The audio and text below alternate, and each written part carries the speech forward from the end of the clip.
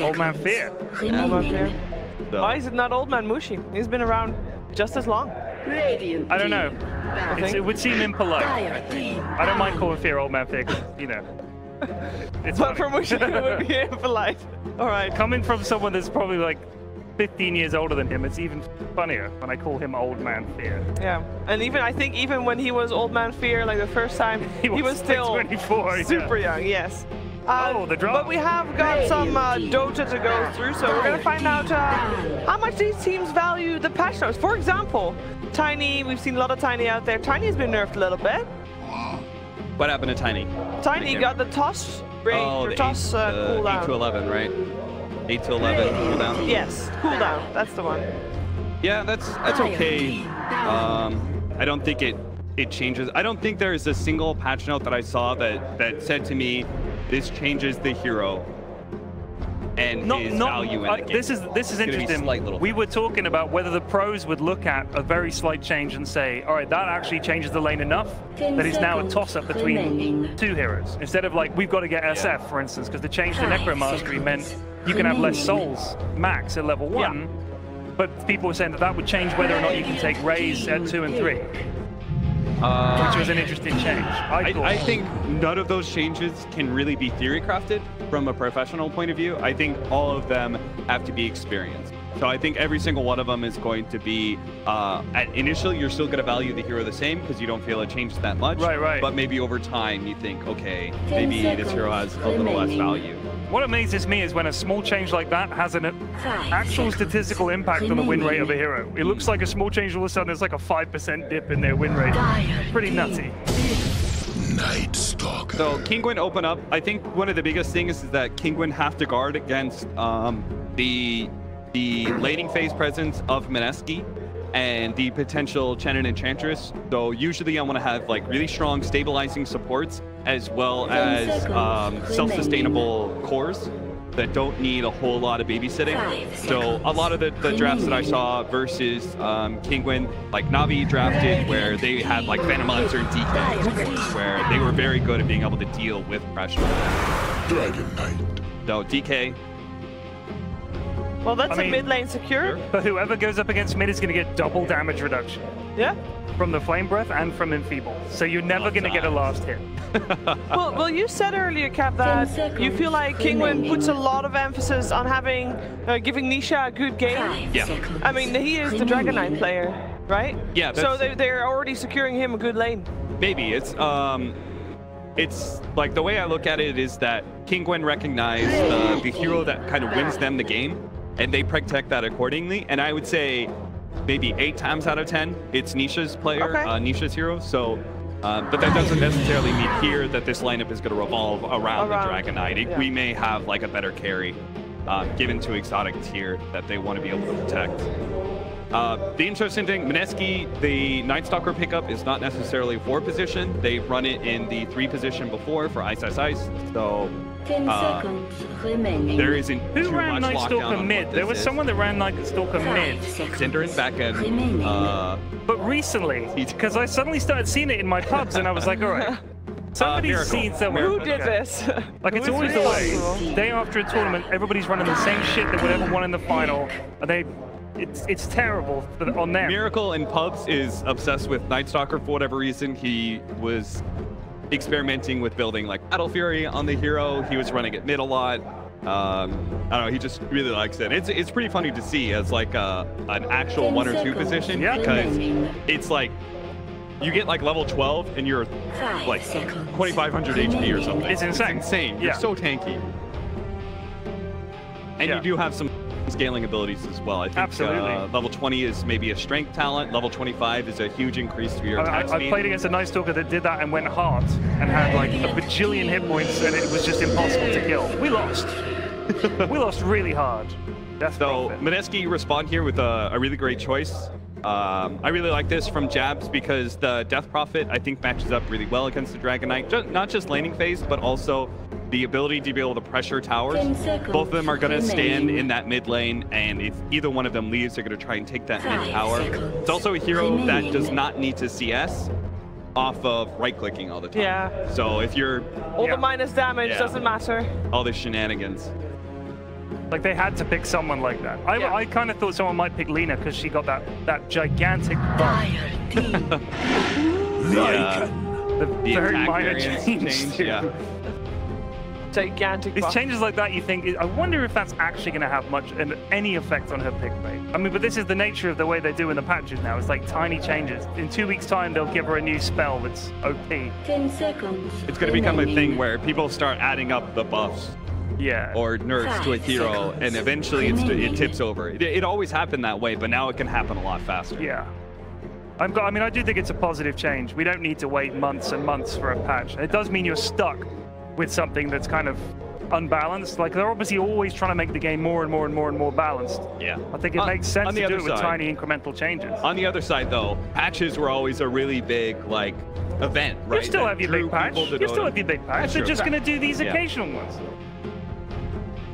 I don't like having to wait and wait and wait. I like the fact that it's nice, incremental, steady change. That's how you tweak. That's how you tweak something. I just want it now. And I think, you know, now every time there should be, or people are expecting a big patch, you don't have a full page of forum filled with where's the patch. Yeah. Now everybody knows when, and obviously you're still going to have those posts on the Thursdays. You want a patch? I'm going to give you one every 2 weeks. Yes. I think the other changes we haven't spoken about, obviously doesn't affect the pro scene as much, is the changes to Tidehunter. 6 months ban! The 6-month ban is a big one, but I also think the changes there are a lot of changes, a lot of little quality of life changes to the game in general, which I think are really nice. Yeah.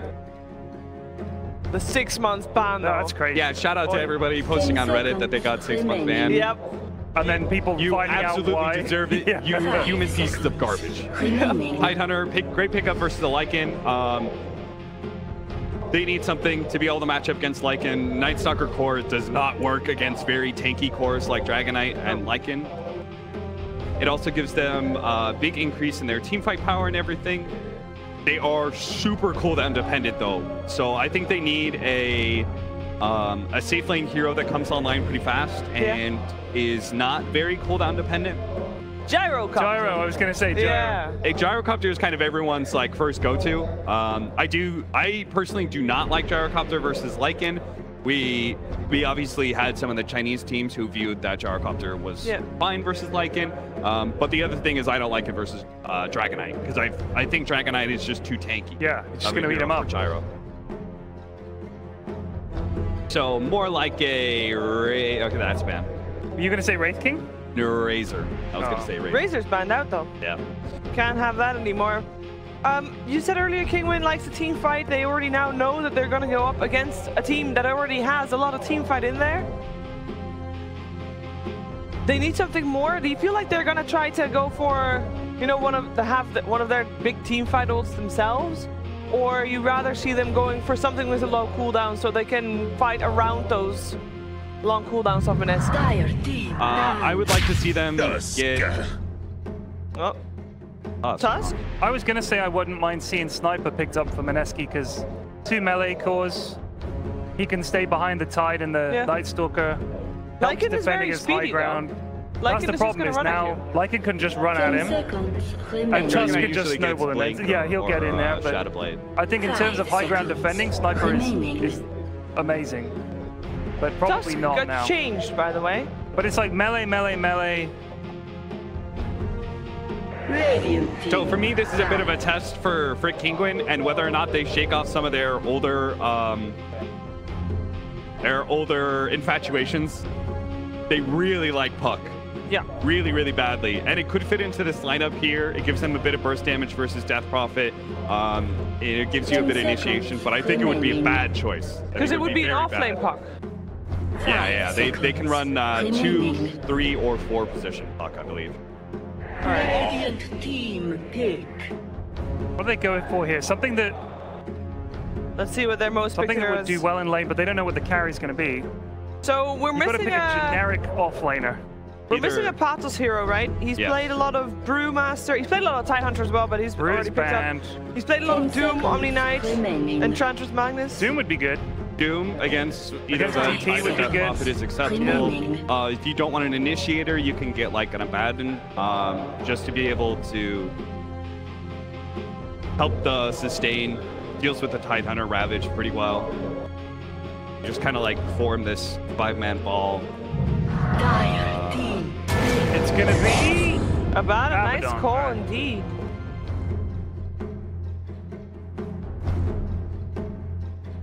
Can at least get rid of the silence. There's not too much control. Maybe a Weaver is okay. Your biggest problem is Dragon Knight. Yeah. Maybe like a remaining. Lifestealer or something, but they don't have a carrier for him. So 5 maybe not that. seconds remaining. Jug, there's 2 tanky heroes. Void is probably too cooldown dependent. Yeah, they don't want to double down on the cooldowns. Phantom Lancer is... Not banned. Not Phantom Lancer is available. great. Wouldn't be... I don't think it'd be terrible. Would know need, there's a would need a hero bit out of there that time, just though. fits. Would need a bit of time. But he would be decent. They I kind of think they want something that can go out and push the way Lycan can. Go out Phantom and push Lancer, and by not the way, 'cause panic too much. we're looking for a Mushi hero, right? Phantom Lancer is a hero he's undefeated on There you the go. last 3 months. 5 games played. What about Anti-Mage? Could you pick Anti-Mage? No. Why I think not? Heroes maybe are too too hard to greedy. kill, too tanky. He doesn't want to kill. You want an assassin, right? Like when you pick up Animage, you want to be able to like jump, pop my manta, cha-cha-cha, ultimate, kill. Or just split But you push. can't really do that to any of these heroes. Timbersaw. Choose your Okay. hero. I was just thinking of a hero that wouldn't give a damn about fighting and would just go off and split push the whole time. But I do think like your lineup is already dependent on team fighting. Yeah, true. So you need to kind of match them. I really like this Timbersaw. It's not a hero that I saw coming at all. No. But it fits, right? Because it matches up well against for the laning phase. Like you don't care Strength about heroes Abaddon. as well. Yeah, exactly. Yeah, yeah. You don't care about any of these heroes. You do really well. It has no cooldowns. Right, Yep. so you can constantly fight. I think that's very important. It's a hero that is going to be able to defend very well against Kinguin's pushes. I think it was a great pickup. All right, well, let's find out who's going to take that first game, and it's over to our commentary team of Luminous and ODPixel.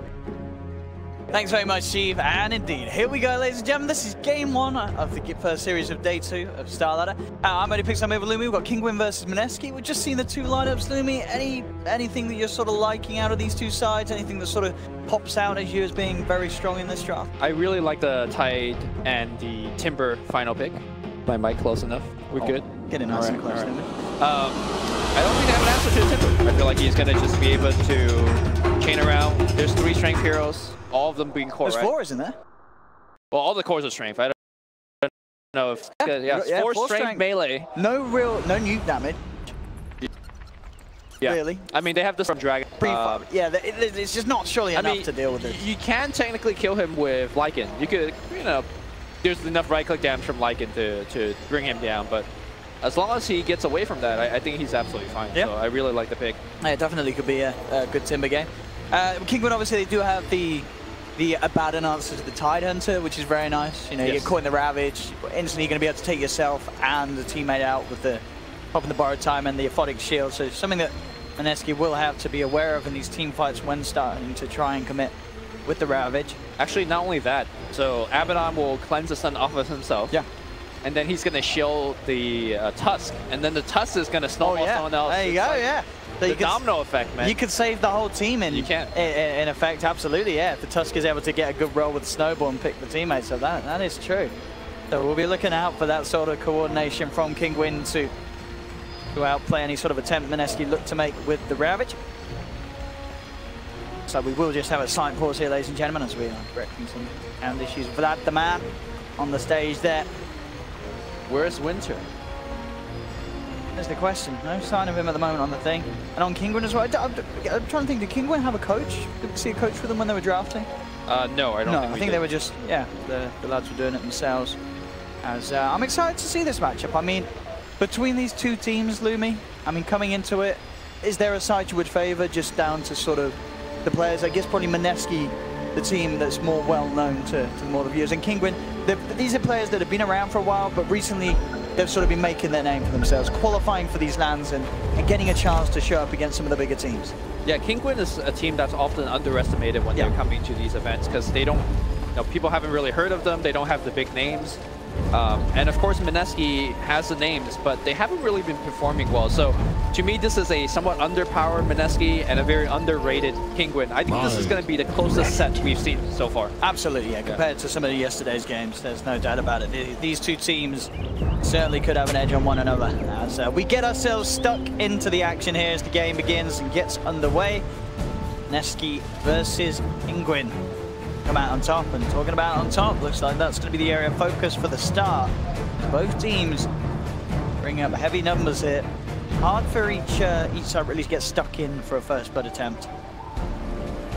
Like both teams will simply keep themselves here and unlikely to run into one another. Mineski actually making the line to be drawn to head down and contest that bottom ring, as it seems, as realize that there's many heroes from Kinguin up top. Laning-wise, I think Mineski is going to have a pretty decent edge, at least on the bottom lane, like Ty versus the Lycan. Lycan should get decent farm. At the same time, Ty is going to get absolute free farm, and he wouldn't really need to worry about getting killed by anything. And then the mid lane for MUSHI, I think that's going to be the tough lane for Mineski. With the Bane coming in, it's going to be relatively rough. And then the safe lane for Mineski, it should be a pretty good one too. Timbersaw, I don't think he'll get stopped by Abaddon, so overall, I'm seeing Mineski able to win these lanes 2 out of 3. The problem is that because they have heroes like Tide and Timber, when you win the lane, you don't necessarily do a lot with it. Like when you win the lane, you just farm. Like you don't really, like, let's say, snowball a control. You don't really, you know, take 3 towers or anything like that. But we're going to see a level 1 smoke gank here. Let's see what Jabs and Ninja Boogie can get done with this. As, at the moment, this is the perfect lane to move to. It is just the Lycan on his own. Exotic Deer totally on his own, expecting almost only this 1v1 to occur, but not for this sort of early smoke rotation to come in, and we'll see if they can catch him off guard. He is playing careful, Exotic Deer. He's keeping himself back and still try and dive him. No, they're going to be put off. So good positioning there from the Lycan. Exotic Deer realizes there's supports off the map, plays it safe, and will avoid that gank. Yeah, level 1 ganks into Tide's lane has actually been done a lot because Tide's level 1 Gush is actually very powerful. I think it does, like, I want to say 130 damage at 1. And a good slow as well. Yeah, for only 90 mana. MUSHI trying going onto Iceiceice there, but will be fine. He should ward them off with Breathe Fire. Jabs unable to get away with the dive. CS-wise in the mid lane, 6 for 3 on Nisha after these first few waves, 4 for 0 on MUSHI, so slight edge here to the DK. Nisha doing a good job in this matchup, but did of course have that backup at the Bane. Jabs coming into the lane to help out MUSHI a little later than Alicia. Even though MUSHI got enfeebled, the fact that he's got 4 free kills is actually pretty impressive. Still managing to make do with that 35 right click that he's reduced down to. Jabs it. He gets snowballed across. By Katzel. Katzel looks to give him the rundown. Good sharp block as well. In fact, Iceiceice getting into position. Will set up for Katzel to pick up first blood for Kinguin. Nice movement there from Katzel coming down from the top lane. Catching poor old Jabs off guard. By the way, we are playing on the new pack. That's why when the snowball came in, we saw there's a little icon on top. It's a nice icon. I like it. It's very, very fancy. Also, Warrior gonna get sniped. Canceling the auto tech. He's getting it with that haste root. So one of the other new patch thing is that I think if you press Alt, you'll see everyone's TP. That's a nice addition. I like that. It's going to be very good in pubs now, because now you can flame your supports if they don't TP to save you. You know that they have. Yeah, I see. You can check it. Well, here's the thing. You got a TP, where are you? Does it actually show if you don't even have a teleport scroll, though? It does. I think it shows if you don't, see, if it's blacked out, that means you don't have it. Well, in my pub, it's all going to be blacked out. No one's got a TP scroll. It's not going to be a cooldown thing. It's just going to be they just don't have it. It shows you the cooldown. All very advanced stuff here. Dota 2 in 2018. We have the technology, yeah. We do. Stepping up mid lane.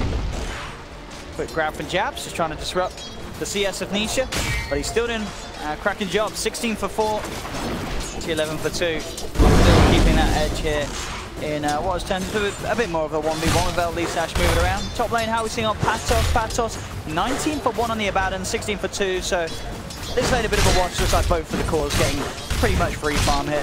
Yeah. Neither in threat of going down. I'm actually really curious what kind of item the Abaddon will end up going.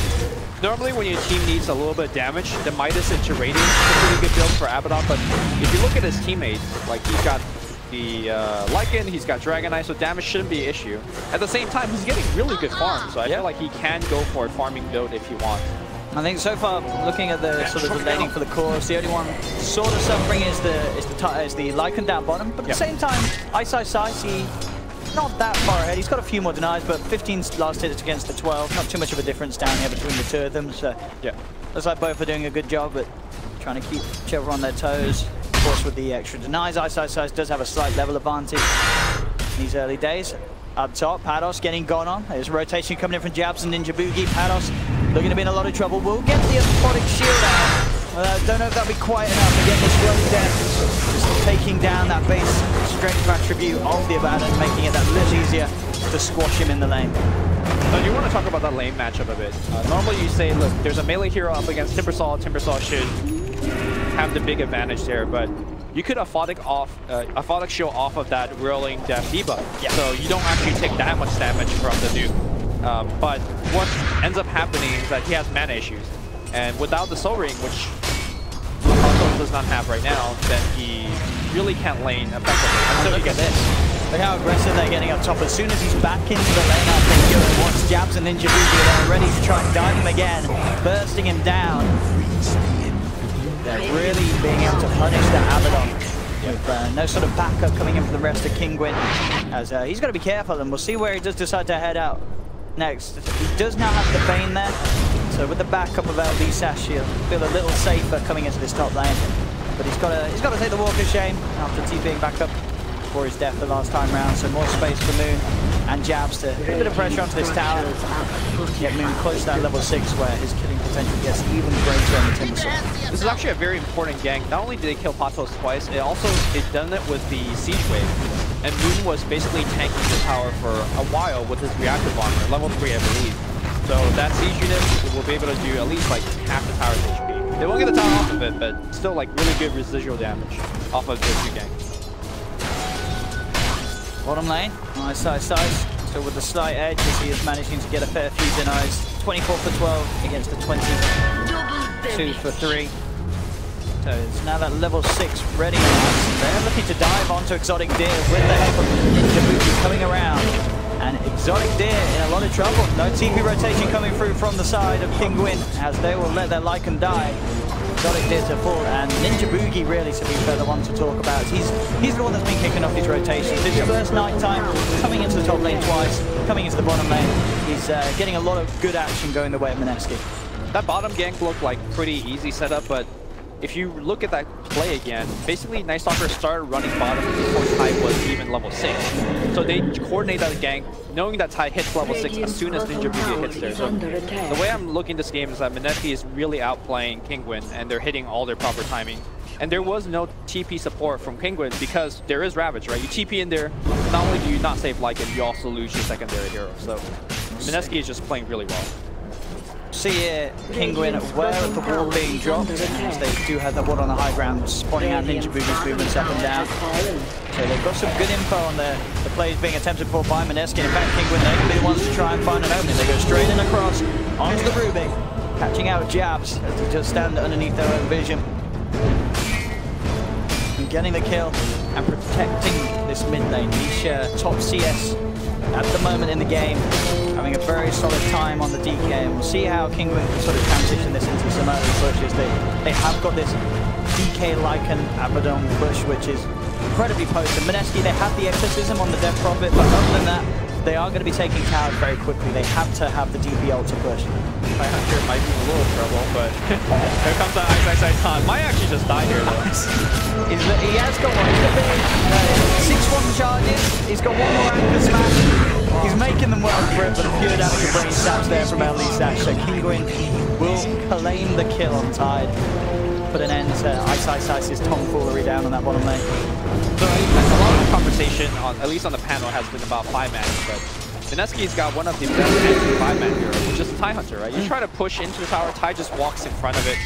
There's not much you can do. You can't really kill the TIE, not even with Phoenix Grip. No, absolutely not. I'm sure you may have ways to deal with the Ravage, but you're still going to be standing next to a Tide that's going to get out multiple anchor smashes, gushes, and slowly sort of whittling your team down. Lane. Jaboogie just coming in to try and find some XP. Exotic Deer to push this one out. See DK top net worth at the moment, but straight behind him, Nisha, are the 3 cores of Mineski. Mineski still do have that 3k gold lead 9 minutes in. Iceiceice and jabs with the smoke movement round, but it was scanned out. Yes. Kinguin are aware of this. See if they can do anything about it. LIVESTREAM looks like he's going to be all onto tank. They move straight in onto the Bane, but the rest of Kinguin will get out of there. Exorcism popped by MUSHI, so Mineski will have a good shot taking down this mid lane tier 1 tower, which we have seen be so important in games recently. This early control around the middle lane has led to a lot of victories. I'm not quite sure on the exact statistic, but taking that first tier 1 mid has been a very, very common occurrence in victorious teams. Yeah. So one of the conversation on the panel was saying that Mineski's cooldown are very long, and indeed they are with the Ravage, with the Exorcism. And Mineski came with the heroes intending to use all their ultimates if they had to. But because they still retain the Tide ultimate, then Mineski could still make aggressive play or defend their tower, whatever the case may be. So right now, even though Mineski's got the long cooldown ultimates, I feel like they're playing the map very well. And I think they're ahead to him. Free pick off Venetia in the mid lane as they find out jabs and cancel. And did have to pop the Elder Dragon form for it. We'll see if he's able to get some pressure onto that tier 1 tower with that, as he does start to push. Ninja Boogie moving around under the cover of Invis. He looks to head toward. They are going to bring the Rubicon as well. See if they can catch out Nisha. Nisha trying to go over the TP out, but Ninja Boogie is going to be there, revealing himself from the Invis rune. Cancelling the TP with a Void. So Nisha's going to be trying to touch top lane. Look at that Ravage there from Iceiceice, catching out 3. He'll play with his life. Moon able to finish off the tusk. See if Moon can get anything more out of this as he continues to chase mid lane as well. MUSHI diving towers, looking for Nisha. Turns around with the Dragon Tail, holds back the Death Prophet. Exotic Deer coming in from the top with this shapeshift, looking for Ninja Boogie. Will find the Night Stalker. See if he can get anything more out of this. He's looking towards MUSHI. It's a hard kill for him to get on his own, and he does need backup. Bane is around. MUSHI level 9 will back away. 20 seconds until the Exorcism is back there for MUSHI.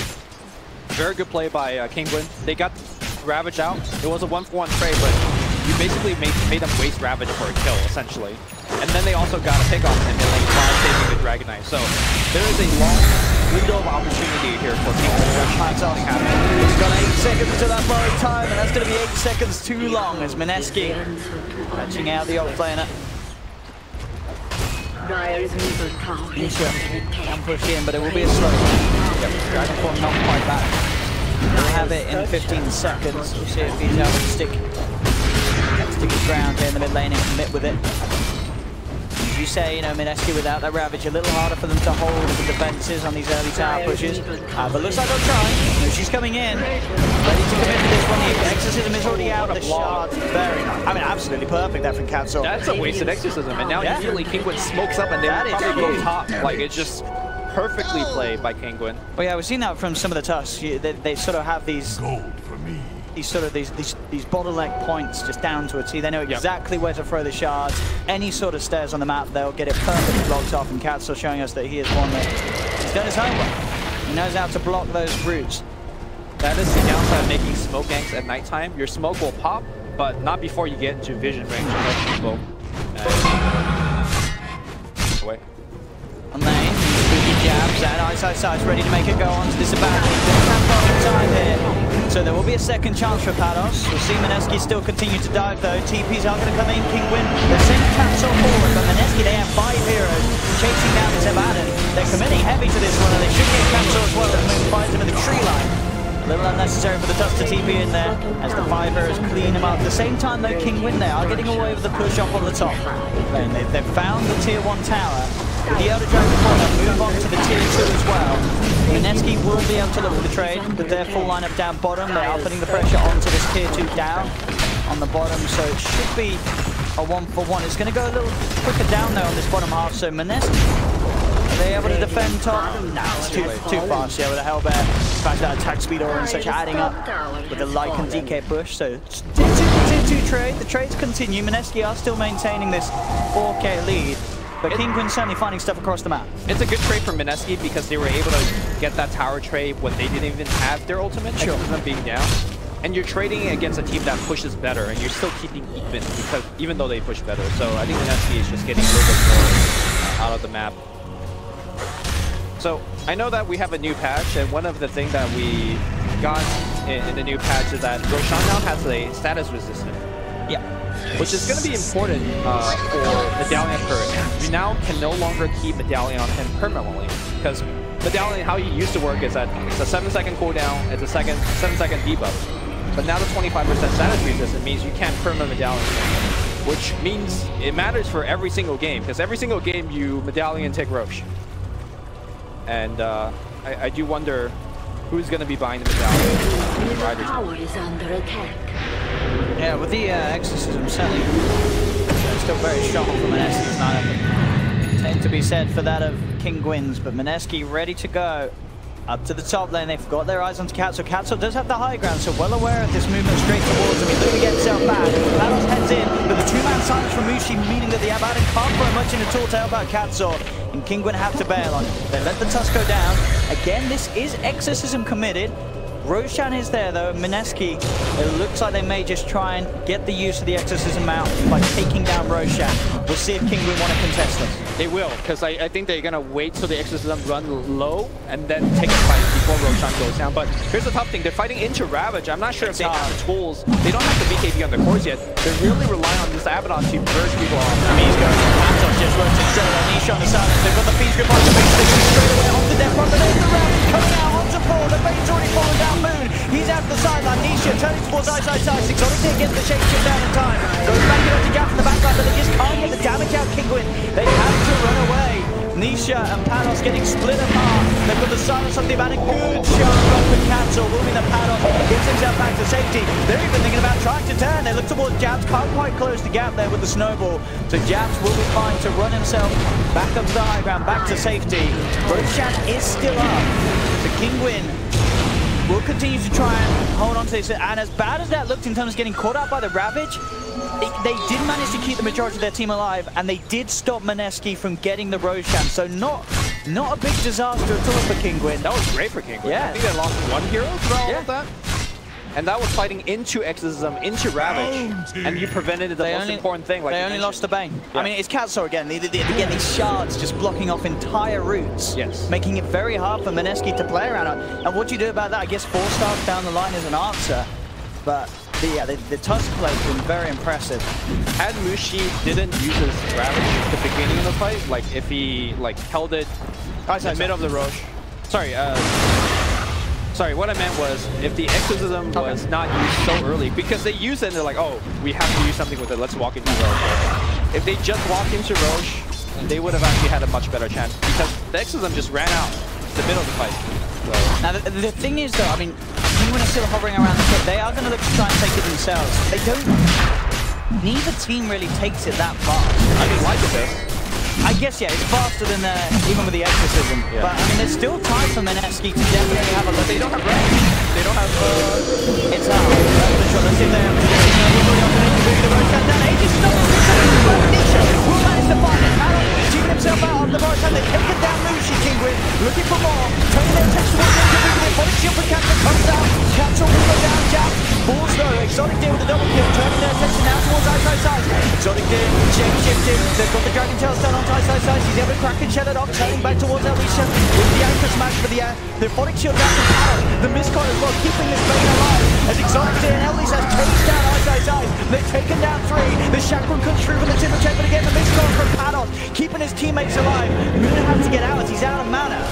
As Kinguin taking Roshan, Mineski unable to fully put a stop to it. And Kinguin certainly closing this lead that Mineski did have with these sort of plays, getting these kills, and showing some very impressive teamwork and coordination as they keep one another alive. And as you said, without the Ravage, I believe the Exorcism did come out then, but again, they just focused MUSHI. They took him out at the start of the fight, and suddenly without the 2 teamfight elements being there for Mineski, the fight gets so much harder for them. I mean, that is the fear that the panel talked about. You have very long cooldowns. Smart teams will take advantage of it, and that's exactly what we saw Kinguin did. Cancel. Ain't buying time to snub, but in fact, MUSHI, he's quite far out on his own. At least is there with the Nightmare, doesn't quite have Fiend Spirit back up. So they'll even be. Iceiceice always backing up Nisha though. He wants to get involved and get some vision in terms of scouting out this area with his Shadow Blade, see what he can find. And Jabugi's there. So is Moon, Jabs, and Iceiceice. This is someone that Kinguin has to be very careful about taking the fight. They do, of course, have the Aegis on the DK. At least actually looks for the Fiend's Grip onto MUSHI. He's got the setup. So the Snowball, they close the gap. Kinguin, can they kill MUSHI in time? War is close. MUSHI trying to do it. Can they keep the team out? They can't. They lost the base. Silence comes down onto 2. This light can falling very low. He can't get out of their loom. With the double kill. Mados trying to take towards Jabs, takes down the Ruby. But Kinguin, they've got to back up. Nisha is falling low. The Aegis almost certainly going to pop once. Can Pados and Cancel do anything to get him out? We need some ghostly shots here from Cancel. He's going to try his best out they come, but they're not going to block off the team at all. Doesn't matter though by the looks of it, because Mineski, they don't have detection. Nisha just able to Shadow Blade himself out of there. TP is attempted by the Tons. Cancel not going to be able to get out in time as the damage is too much. But they do keep Nisha alive, as he is able to walk out of that. But this is always going to be the problem. When that Ravage is there, it's very hard for them to make a play. The Ravage, despite any way that the Abandon can look to try and counterplay, is always going to buy time for Moon to set up the perfect combo on the Timbersaw and get a lot of damage out in these team fights. Well, I think they win that team fight because MUSHI played it exceptionally. So silences, yeah, basically he silenced Abaddon after he used his ultimate, before he could shield anybody off. So yeah, you can use your ultimate and get the stun off of yourself. But it doesn't matter because the rest of your team is still stunned, and that's exactly what happened. Very good key silence on point. It's Nisha. He's found MUSHI just outside of the tower range. They send in the central. They've got the perma-stun holding him in place. They take down MUSHI. So they can find anything more. Jabugi has got eyes on Iceiceice from the Invis. The push is coming in, and it's a push that we talked about being incredibly strong from Kinguin's lineup. No MUSHI for 45 seconds for this hold, so Kinguin will at least get the tier 1 tower. We'll see if they want to try and push on for a second one. Oh yeah, I mean, 36 seconds without DP, right? Yeah. This is the part and no of the Ravage. Yeah, this is the part of the game where they're like, look, you use your ultimate, we're going to just fight into you regardless. It's going to try and hold the defense. They go to the side from the Lycan, backing up already. The Chakram comes down on the Green Moon, surrounding Pados. Pados pops the borrowed time. Buying time for his team to get out, but Iceiceice, he turns. He has the Fiend's Grip, but doesn't cancel straight away. They manage to hold this support as they're looking to the DK, but again, the Shadow Blade from Nisha gets him down to the side. He's getting caught out by the dust. Moon cuts his way for the tree line. They have found the Dragon. Oh, have they? No. The dust is going to wear out. He gets himself out of range of Sentry, and they don't have any further vision. He goes for the TP. Oh, they do find him with the point for the Night Stalker. They have that high ground ward, being able to spot Nisha in the tree line. So Nisha will still go down despite its best attempts to reduce out of the range of Mineski's detection. Yeah, no, the dust didn't wear out. They actually put a Aphotic Shield on him, which purged off the dust. So he was able to keep running. They dropped the Sentry, he ran out of that. But unfortunately, I think the Shadow Blade ended at that point. So. It did, yeah, it was getting close, so he had to go for that TP play. But yeah, the high ground ward, which was pinged out immediately, of course. Yeah. Kinguin will at least know that that ward does stand there. We're seeing some like really high caliber plays where both teams are looking to punish each other very hard. At each other's moments of weaknesses. And we are certainly seeing what was sort of talked about as well earlier, the fact that Moon is playing against these full strength heroes. He does a lot of damage in these fights. This Timbersaw can be absolutely enabled to go ham with the setup and control from the stuns and silences from his teammates. And look at the way that he's building, right? He's going to get in Prince's Grove next, so you can't really ignore him because he does a ton of damage, but you can't really kill him either because he's so tanky and he's going to protect his team. And of course, something that we saw out of Team Liquid yesterday is that one thing that the more experienced team are better at doing is just keeping up a network lead. They're just better at stacking, being more efficient at farming. Look at the network. Like the kill is very close. The tower count is very close. But Mineski is a team that's able to get more out of the map. Despite the fact that Kinguin, I think, was able to last the Roshan early. See what the next play is for Mineski. Maybe talking about the Roche, they may just look to try and wait for it. Realize they do have, at the moment, still quite a bit of time until Roche is back there. Gems being picked up for both sides, in fact, as they'll look to try and maintain map control. Scout from Mineski catches out Kinguin inside Kinguin's own jungle, so Mineski know they're pretty safe to keep themselves split up as they are with Moon pushing out top lane. Iceiceice down bottom. The rest of the free sticking around the mid lane. Here's the thing, despite Mineski having a 6k lead, I don't think they could really just sit pretty, because once the double BKB comes out from the Dragon Knight and the Lycan, I think that's where Kinguin is going to just be much, much stronger than Mineski. Then Mineski at that point on needs to like just wait for the BKB to just scale down. That means they will lose teamfight for the next, 10 to 15 minutes. So this 6k lead, they need to ride it out for a while. They need to get whatever they can before those BKBs. Kazo down bottom, not gonna get himself out as the Yule Scepter's there to cancel the TP. Got the snowball and doesn't the shards trying to slow down Mineski on this chase, but Jab will be there, closing the gap with the telekinesis and cutting Kazo down. Iceiceice gets the kill, and Mineski now in position to shove this bottom lane out. That is the Yules on a Ruby. That's a fine Ruby.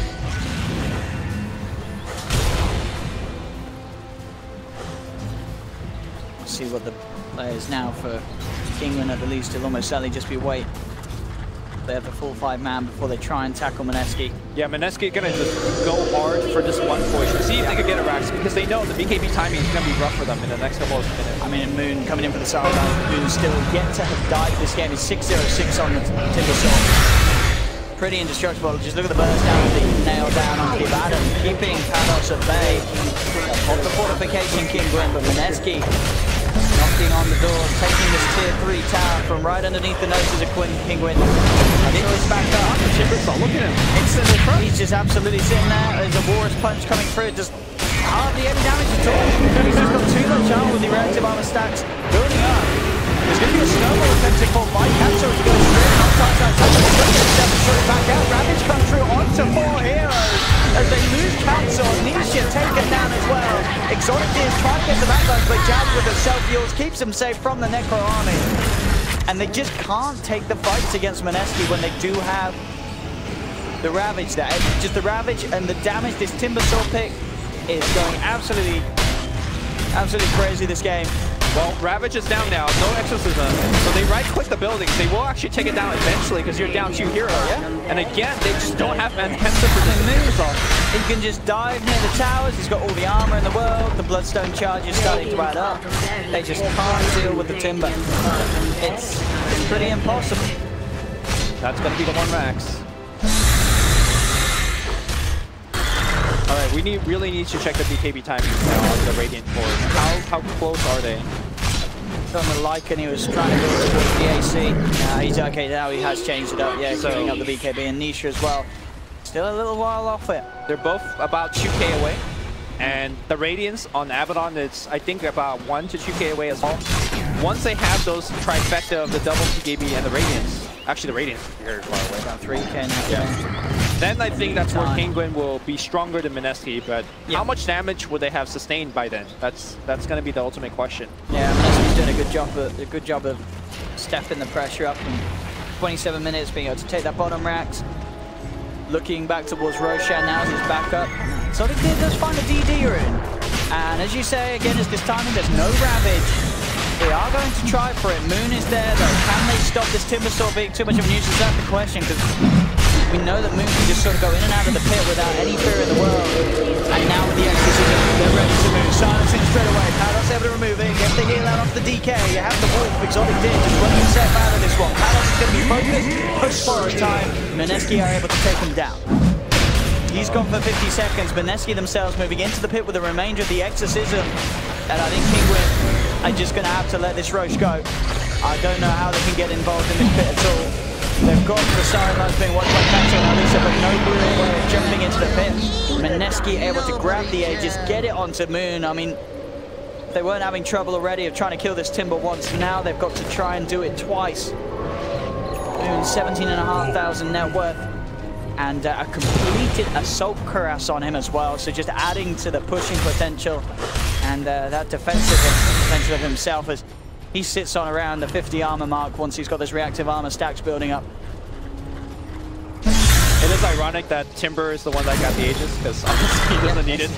But at the same time, if you look at the heroes in this game, none of them are really good Aegis holders, right? Like for Radiant, Lycan, Dragon Knight, pretty awkward with the way that their ultimates function. Yeah, they're both these sort of morphing carries. Yeah, I mean, same thing with DP and High, where those heroes don't really need or want Aegis. So they give the cheese to Mushi, and now Moon really, Moon could just walk into the tier 4 and have Rapier in the world. I mean, Mineski could have probably denied the Aegis at this stage and still been pretty confident, as I think just as we're seeing, just the hero of the draft that Mineski have is, it feels like it is literally impossible for Kinguin's heroes to deal with at this stage. Yeah, at this point, because they've taken advantage of timing so well. And now with a new patch, the towers break down ever so slowly. Look at that. Take the Vita. Very, very good.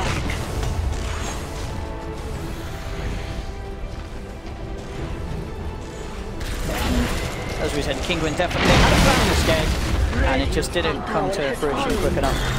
They couldn't quite get the ball rolling as early as they needed to, and I mean, as you mentioned earlier on, they were taking towers, but so were Mineski. They were never sort of playing the game at the tempo. Needed to be a little ahead of Mineski's lineup. Mineski were able to keep up, and now very much keep themselves ahead. As 30 minutes in, they're looking to push in onto this second set of racks. If Kinguin can do anything to stop this, Exorcism's out from Mushi. Pados on the side being forced back by Moon. As Mineski just far too strong at this stage for sure. I mean, Nisha and Exotic, they're going to give it a go. They're heading in with the ultimate. Looking towards Mushi, popping the BKBs. This is the BKB fight we talked about. Let's see if it's enough. Straight in onto Mushi, knocking him up into the air. The armor is too high, and indeed he does still have that cheese ready to pop. Just pulling down the line now with the Yorcenter. There's the Ravage coming through from Iceiceice, catches out on 3. The BKBs have worn off. Exotic is to fall down for 55 seconds. Pados is down as well. GG is indeed cool, as Kinguin forced to tap out of this game 1. As Mineski showing up in real style, they have this jar, Moon ending godlike. I mean, the Timbersaw, it really was that final pick. Timbersaw was just so perfect for Mineski's lineup, because there was just no way for Kinguin to deal with it.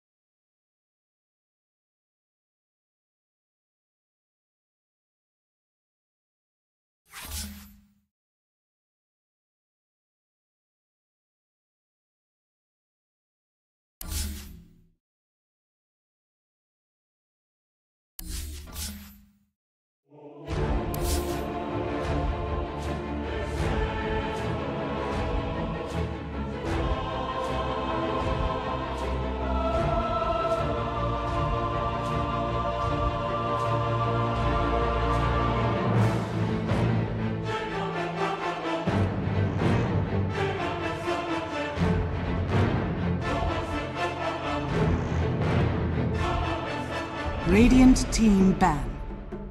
Dire team ban. Radiant team ban. Time they were like, what do you want for lunch?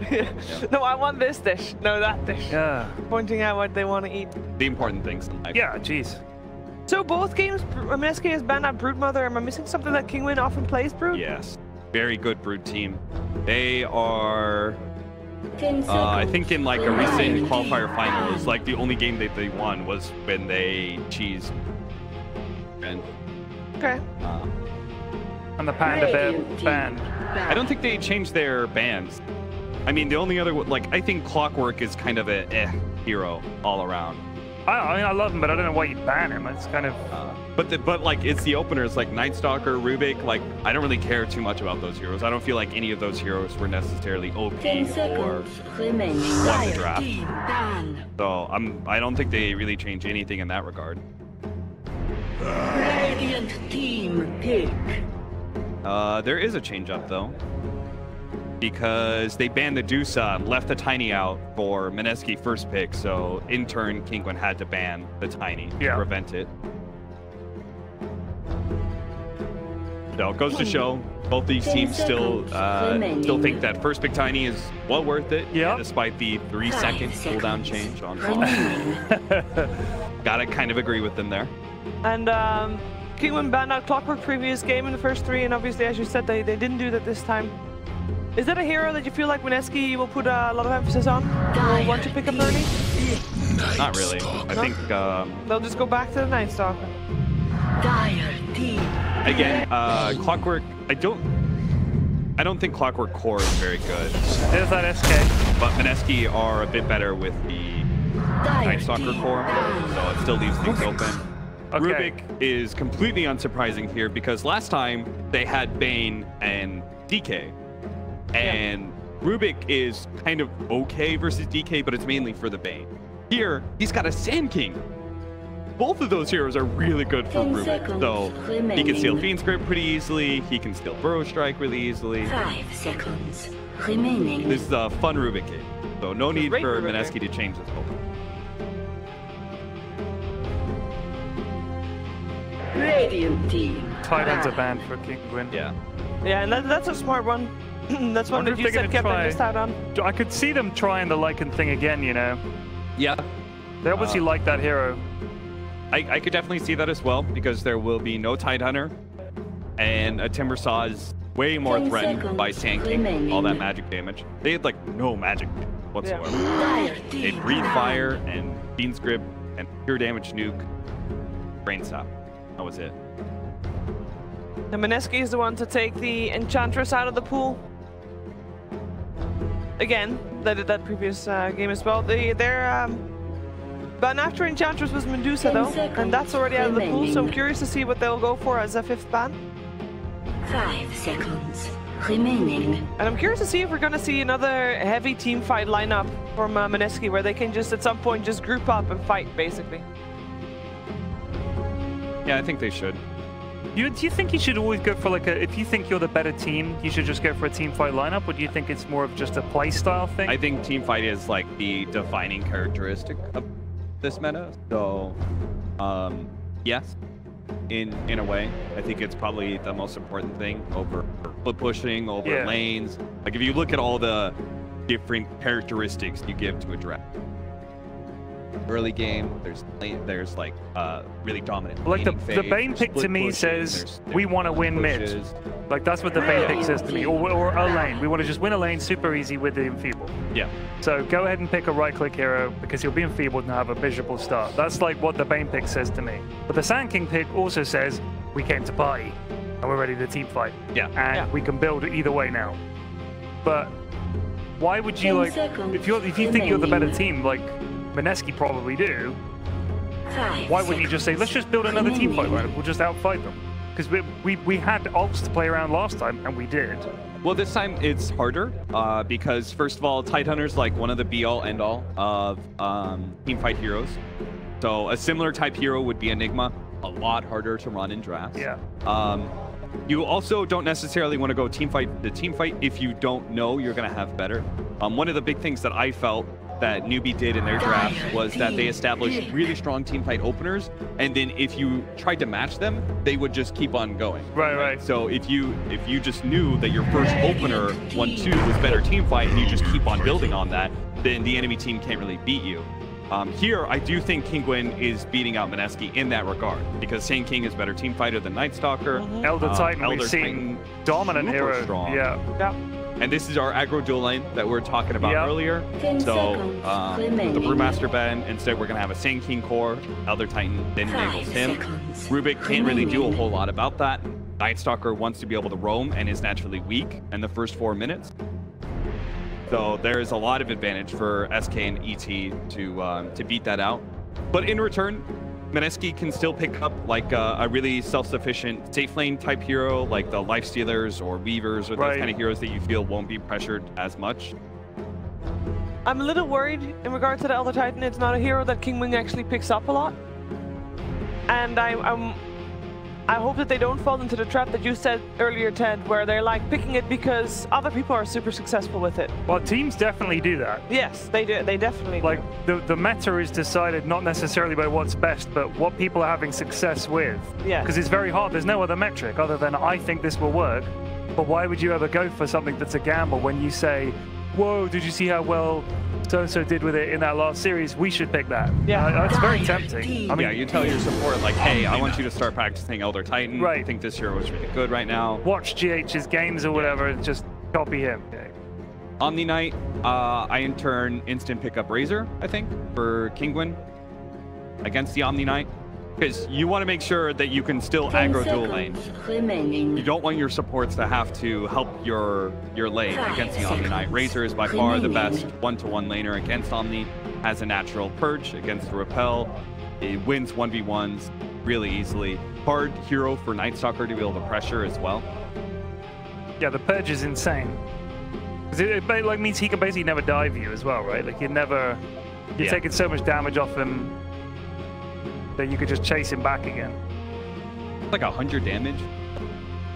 Level 1, the zap. It's crazy. Yeah, it is crazy. I think it gets rid of Ion Shell creeps as well. I think it purges the Ion Shell. Okay. So Lycan is not as good at dealing against OMNIKNIGHT, but he can, like, it's more of I will survive, right? He has natural regen. He can survive through OMNIKNIGHT's harassment. I still think he dies at like minute 5 when Night Stalker makes a rotation. 5 seconds. Well, if it's anything to go by, Mineski rotated before minute 5 previously, so maybe Night Stalker's gonna hang around bottom for a little bit longer. Or I guess in this case it would be top around the off lane. Oh, right on. So I thought this hero would make an appearance last pick for Kinguin. It's one of their like favorite carries, and like that's the thing. They like to be able to put Nisha on like OD, Medusa, because these are team fighting late game carries. I love OD, man. He is such a good hero. Why do you like him, Ted? Why? You just like disappearing somebody? I like that. I like the fact the in-steal is great. I just like the fact that I've got a very simple plan in the fights, which is stay alive as long as possible, hitting people as often as possible, and then I smash their brains in with the Sanity's Eclipse. I love it. I love it. He's a dramatic team fighting hero. He really is. There's and a you can do all kinds of cool refers shit. to it as dropping the hammer. Drop right? the hammer. Yeah. He's just a cool dude. His voice acting's cool. He looks like a cool dude. He's like a kind of, I mean, I don't know why he's got so many legs, but we'll let that slide. I mean, he does look like he's been assembled from spare parts in a dressing up box, because he's got wings, but he's also got loads of legs. He's got a weird kind of crowny head. Big scepter. It's like, what's going on here? It's because in Warcraft 3 he was, what are those stone creatures on buildings? Gargoyle? Gargoyles. Yeah, he was a gargoyle. Gotcha. Warcraft 3. So they kind of modeled him a little bit after that. I mean, it is a weird character design, if I'm honest, but I do like it. Dragon Knight last ban for Kinguin.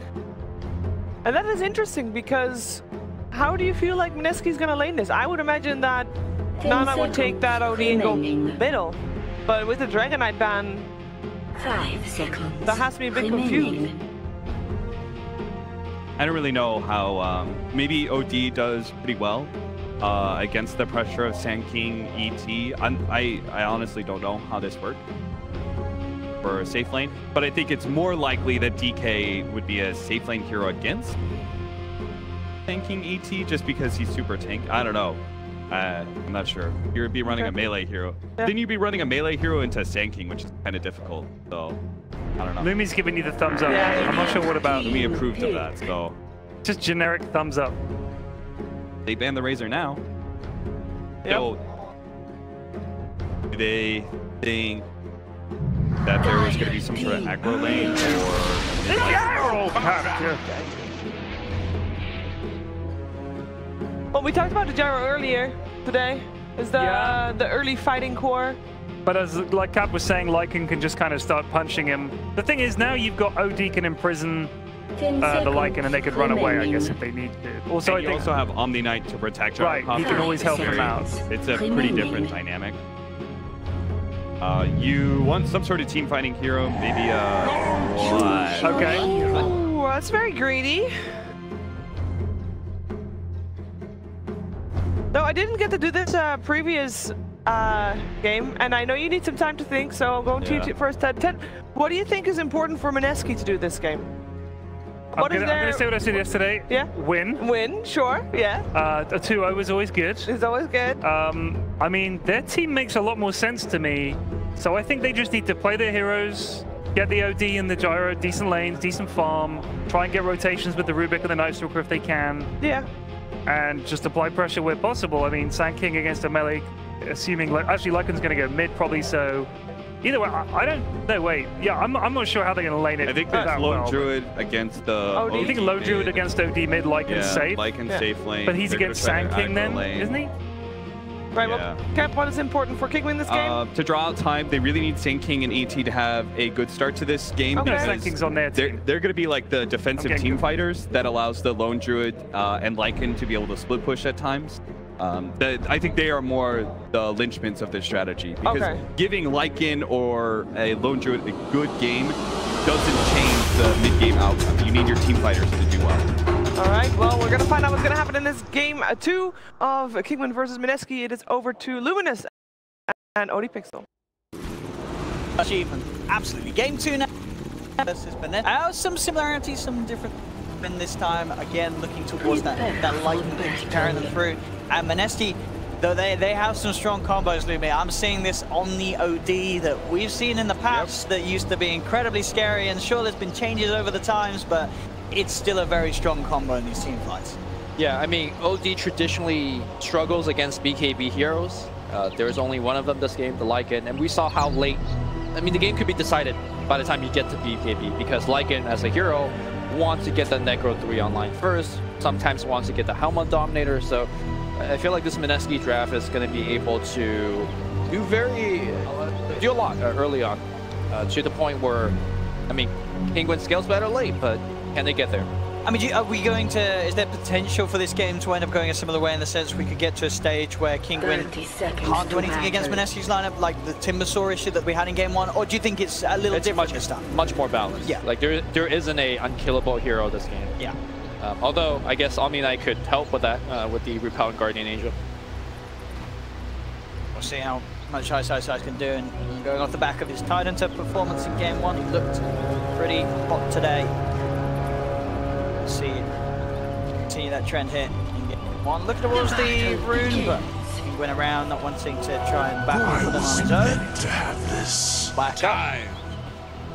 Mushi to bottom rune lanes. They are going to have this Mushi OD in the safe lane, as it seems, and putting Moon on the Gyrocopter mid. Are they trying to avoid a certain matchup in this laning stage? OD is trying to avoid the bear, so they're swapping, but I think they were able to scout it out. Exotic there now goes bottom anyways. But the thing is, because OD has support, if he ever gets off a good Astro against the bear could just die. With that said though, I think level 1 Astro has really short range, like really short range. Yeah, absolutely. Yeah, very hard to put that one if Exotic Bear is good with the bear. So yeah, the reaction from Kinguin to the lane swap is apparent. Deal with it if they want to keep swapping around themselves. see teams take the move. So I gotta say, I really appreciate Iceiceice's ponytail look. He's growing his hair out, isn't he? Yeah, I think without the ponytail, it looks a bit messy. Because long hair does look it's messy. hard. Long hair is hard to pull off. look good, yeah. But the ponytail really makes him look like one of those. If you watch like really old Chinese shows, all the cool characters have ponytails in that show. And Iceiceice is a cool. If there's anyone that was going to rock a good ponytail in Dota, it's doing it in style here. Who else could rock a good ponytail? Who could rock a good ponytail? Fly probably can. Fly can. What other players sort of grow their hair out long? I mean, obviously, like your FNG. Sure. FNG certainly, and he has rocked a good ponytail in the past. Sexy Bambo has long hair. Bambo does he even count a Dota player anymore? Oh, dude, that's a bit of a come on. Poor up Bambo. Lowest fantasy score point TI2. Loader could rock a ponytail. He has one. He does. He does rock a ponytail. Sure. Who else are we missing on the ponytail? There's got to be more. I'm sure there's some obvious ones. I don't think who else. I was thinking if there's any Chinese players, but Chinese players always have short hair, right? Yeah. Trying to sort them by region. Any American players come to mind? Any NA ponytails? NA ponytails. I'd like to see PPD with a ponytail. I think he could do it. Sort of like the hippie people. I'd like to see what PPD would have looked like in the 60s. Not literally, because obviously he was not alive in the 60s. Sort of like, you know. I can imagine being a very sort of mellow dude. Get him over at the Woodstock. Tricks.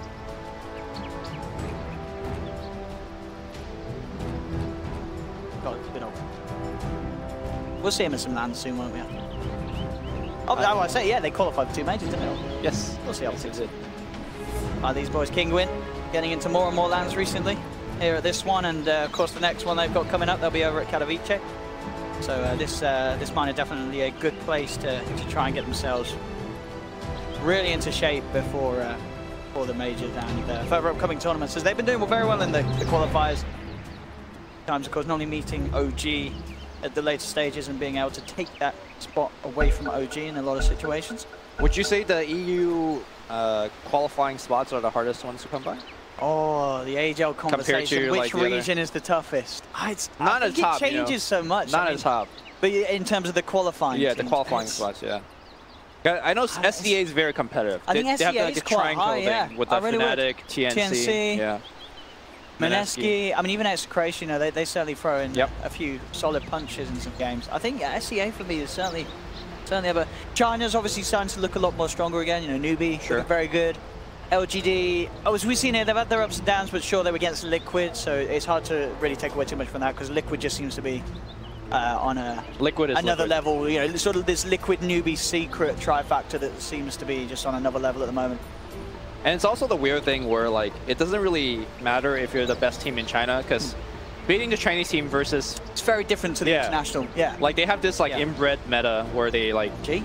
I mean, I guess that's probably not a very good word. No, but it makes sense Englishly. Let me use a different... English. Let me pull up the thesaurus.com right now. They have a self-developed meta. Yes. And it doesn't translate very well compared to the rest of the world. No, I mean we see that a lot of lands sometimes. You know, where like a Chinese team will turn up and they'll come out with this strat that you can tell is something that would absolutely work against the Chinese team. But they have to play a lot differently against the international teams. And teams like Newbie have showed us that they're very good at adapting to that. On that note, like we saw last ban DK, right? And then I think the panel, the panel was like, oh, like that's a little bit weird. But DK has been run as a safe lane in China, like a lot, more than actually mid then. So is it, I mean, either of these sides could certainly pick it up. Yeah, that's why I was giving Cap the thumbs up when he was like, oh, DK is going to safe. I mean, do you sort of rate the DK safe lane? Do you think it's good in certain situations? So DK mid used to be a hero because he wants the bottle. I mean, it's still it. Yeah, we do still. Well, he doesn't get the bottle anymore. Sure. So he's not like tied down to the mid lane. Sure. He's also not as level dependent because like he just kind of sits there and farm. Like think of him as a Lycan, right? Lycan has his passive. DK has his passive. Yeah, you can't really bully him out of a lane. The better thing with DK is like he could bully other people out of the lane with Brief Fire. So the Soul Ring is there, you know, for him to finish and then starts dominating the lane. So he's actually more of a safe lane hero to me now than mid.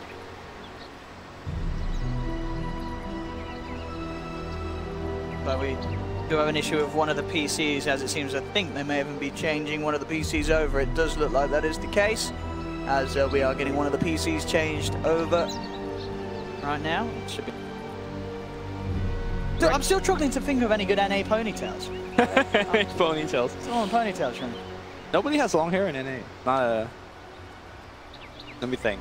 I mean, I just know as well, if we had the chat open, they'd be screaming names out.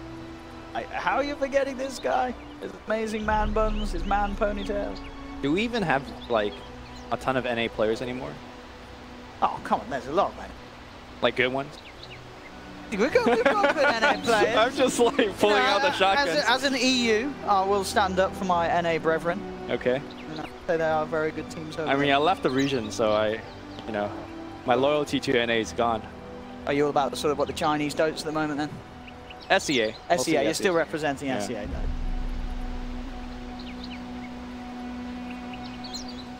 Any of the Korean boys rocking a ponytail? Well, no, they're all short hair. Well, they sort of like shoulder length. No one's sort of going past the shoulder length. Is Febby rocking the ponytail? Febby always has that very sort of nice sort of bob, that sort of cut that hangs, you know, they're very, the bob cut. The bob, you know, sort of, it's got that nice little bounce to it. Can one have a nice bob cut? Oh, it certainly can. Okay. I think Febby's got very nice hair.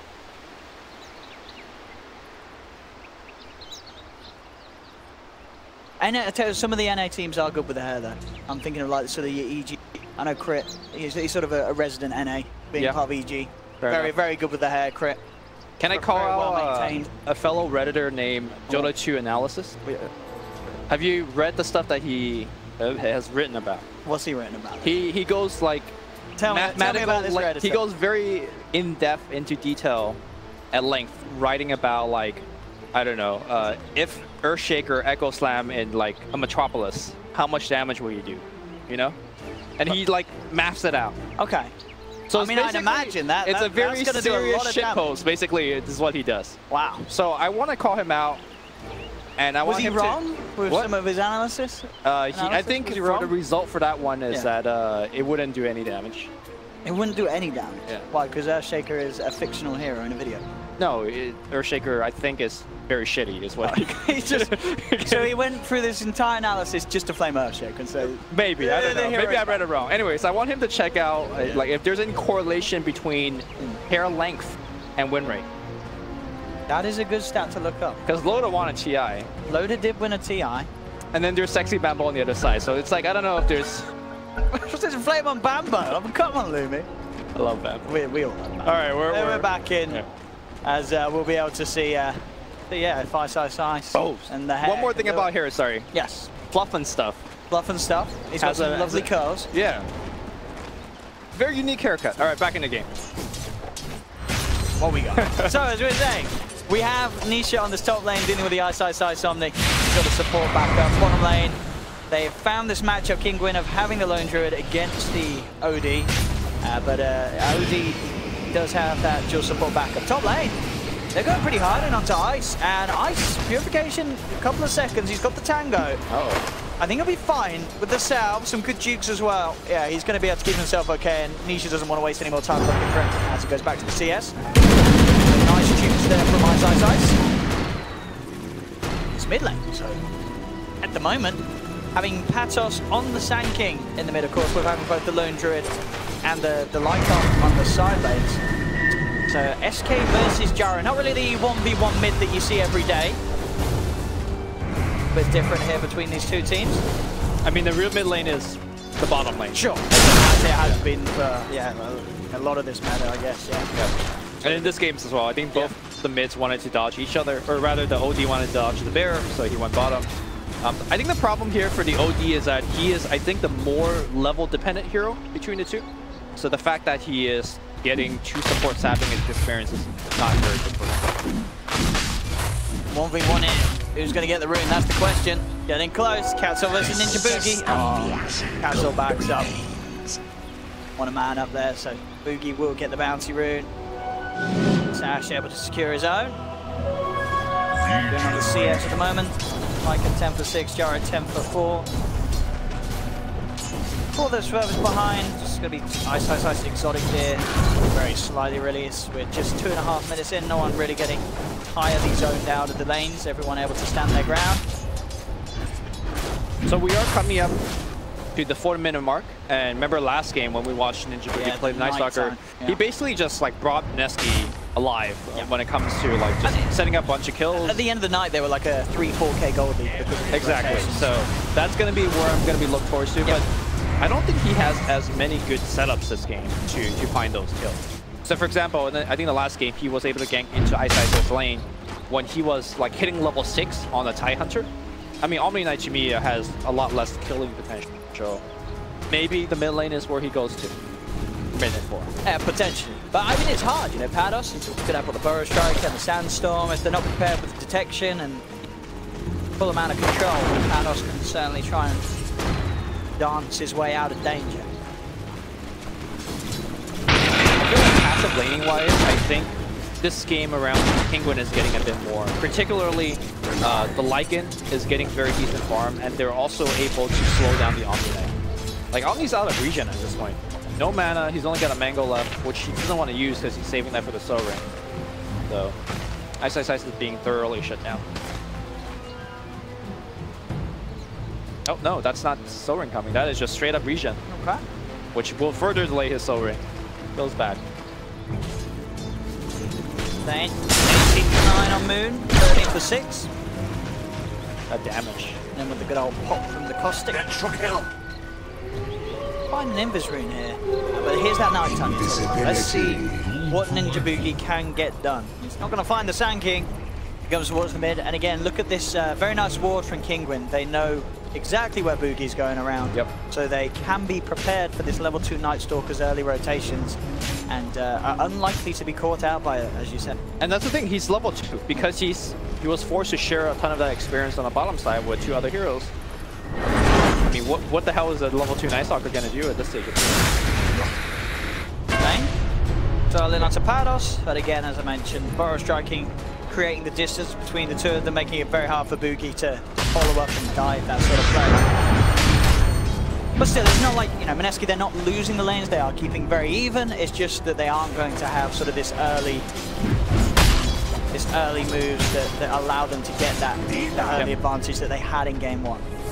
And when you're not pressuring a Lycan Lone Druid lane, I feel like they're going to get a ton more impactful items in the mid game. We're talking about Necrobooks and Radiance likely from those 2 heroes, and they could really run away with the mid game once they could just go to those items unharassed.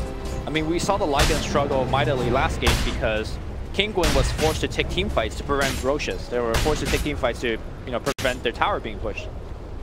Whereas I feel like Mineski is not really going to be able to pressure them in the same way that they did last game.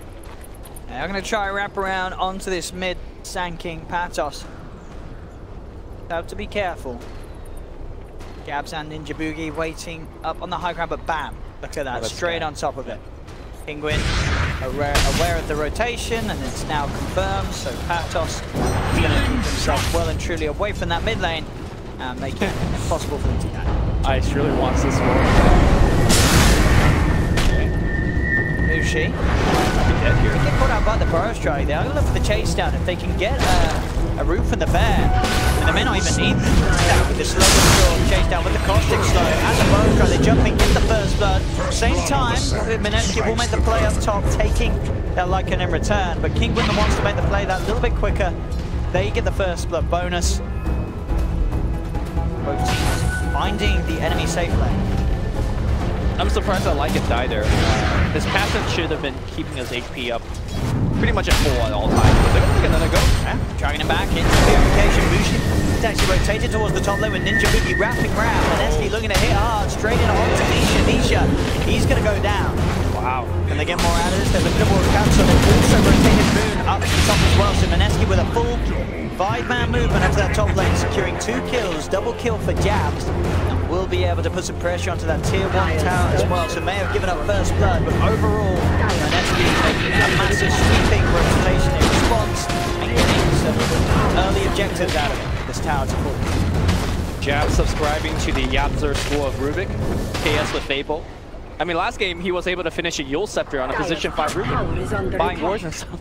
And I guess he is well on his way this game as well. Dire's top tower has fallen. Still knows how to find that money, Jackson. How much did the bottom tower HP suffer? Because, you know, there was no hero in that lane for a while, so Exotic there should have been able to pressure it. Looks like with the siege unit, they are going to be... Well, that surprised me if the tower actually dies here. Yeah, I mean, at the moment, it's just Iceiceice down there to try and hold off this pressure. As you can say, Exotic there, ready to pump in for the tower. As Iceiceice, he's looking towards that bear. He's relatively low. Yep. Hard for him to really quite get the kill, though. The amount of HP that bear does have. Exotic there stands his ground, fears back over. Dang. He still gets it, comes back in for the deny. I mean, you saw the idea for Exotic there. He wanted to veer him away, but it was just very close to having the timing to do it perfectly. Miscalculated the damage a little bit. Just a little early to save that veer a little longer. But that is going to be 8 minutes in, and that is your Midas finished on the Lone Druid, Exotic there, who already is top of the net worth. So this is some very good timing, and I think, you know, it said this was expected, having these lanes. The Lone Druid is going to get the farm that he needs, and so is the Lycan as well. So this Lone Druid definitely on track to be quite a force this game. And we've seen it in a lot of games where Lone Druid, if he can get good time on the Midas, the Radiance, the Aghanims, he can single-handedly win games. Yeah, and he is not really harassed or stopped at all. He participated in that first point. I don't know whether he got it or not, but I think the record holder of like the fastest Radiance Midas timing was by Ace. Yeah, done, I believe, in Dream League in the line that you casted. It probably was, wasn't it? Yeah, 14:30 or was it 15? Think about that for a second. Like, finish Midas Radiance in 15 minutes. I don't know the exact timing, but it's around that ballpark, and it's you just take over the game once you have that done. Yeah, you really do. Kinguin looking to continue to secure a good, strong opening for Exotic there, heading down here. The only problem is Mineski will be here first, and they'll be there much sooner with the opening onto Exotic there. 10 minutes into the cooldown. More than enough damage to take down this bear. Mineski able to punish the Lone Druid. The movement from Kinguin from their own smoke, unable to get there in time, provide Exotic deal with the safety that he needed. I'm surprised they didn't fight into them because cooldown was just used, so they would have been lacking a ton of their key spells and disables. Sure. A fine Boogie. Boogie was trying to TP out. With a little too much from that shapeshifted Lycan and his army. Solo kill. Top for Kinguin. Bottom lane, Catsaw doing his best to keep this push off with the Echo Stomps. To slow down Moon. Iceiceice does have his own Midas now complete. Minute in, very respectable, fully offlane Omni. Jabs. Let's go. Kinguin. Picking up the kills here, keeping it very close between the two sides. 4-3 lead at the moment for Mineski. Network pretty much even between these two teams, with the fact that the two cores of Kinguin are off to a very strong start. Yeah, I think Sand King also, I would consider him having a strong start as well. Yeah. Because normally when you put an offlane Sand King, if he has a very tough game, he doesn't get blinked too much later, right? And that's something that Pano touched on, where Casper, look, if you're going to win the mid game, you need a good Sand King initiation game. And look at this one. Because he was mid, he is going to get his blink right about now, which is so much earlier compared to the standard offlane Sand King or even position 4 Sand King. I'm not sure if I like him participating in this smoke game. Trying to smoke it, I mean, I guess they know it's a pretty safe kill to go for, as this OD is a little far out, Mushi. So Kinguin knows that they've got a good chance of it. With the Astral already being used, there's very little that Mushi can do to react to this one as they commit with the epicenter. Claim the kill. There it is indeed. That's always a worry where you're like 100 go away from blink. You go for a smoke gank, you die, and you're like, well, you know, feels bad. But he did all he needs to do there, and Blink's online. So I'm not sure whether we pointed out, but Iceiceice has also finished his own medallion, or Midas rather. So he's looking to play a little bit of catch up. They'll be doing pretty well. I mean, all 6 cores in the map at the moment, they're farming fine. You know, 4K at the lowest, 5.5K coming up as the highest for this Lycan after the kills that he managed to get, along with the space. Setting up to be as a much closer game than what we saw in game 1. Yep. Lane, oh, Atos! Oh no, missing the Burrow strike there on Mushi. That will cost them the setup that they needed to maybe follow through. Now, at least Ash did have the Fiend script, so Kinguin almost certainly wanted to try and find that kill.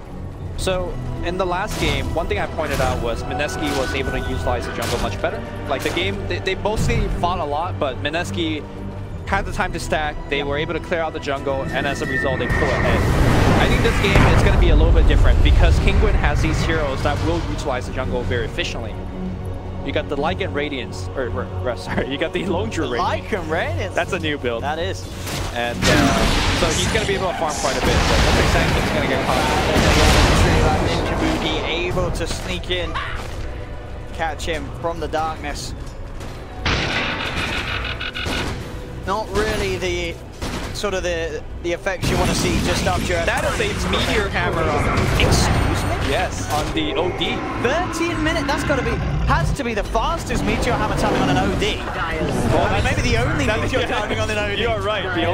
That's also the slowest Meteor timing on an OD. Meteor Hammer, I mean, it did just get a buff. Yes. The cooldown was... It got reduced significantly. It's like, what is it? Was it 35 to 28 or something? It's maybe very short now. So I guess the idea is Astro into the hammer. I mean, it's getting run out of MUSHI. Yeah. I'm very confused about this one, Luke. Here's the thing. I think this game you really want a 4-staff. A hurricane fight. Right? I guess you don't have any tower on Mineski's line. So you're building the item for that. It's going to help you. When your hero's dead, you also have no power. Talk about dead heroes. It's like you're going to be in trouble. Ninja Boogie getting the body blocks off. Homing missile connect. Smooth. Closing the gap along with jabs. Nisha will be taken down. Pados does find a burst strike. Look at the answer. Telekinesis is there. Hansen the heavy. Moon will still be changed. The bear coming through. He's trying to fight the bear. Bringing it out in time to get the bear. Plus 300 gold. Pados in trouble. Here they go. The Astro. Gonna be on fire. The stun connects. Pados is down. Meteor Hammer MUSHI. I mean, I like it. It's this sort of innovation and different approach to the game that you would absolutely get a 6-month ban for in pubs. But MUSHI is making the play. I feel like if you get hit by Meteor Hammer, your career as a Dota player just ended.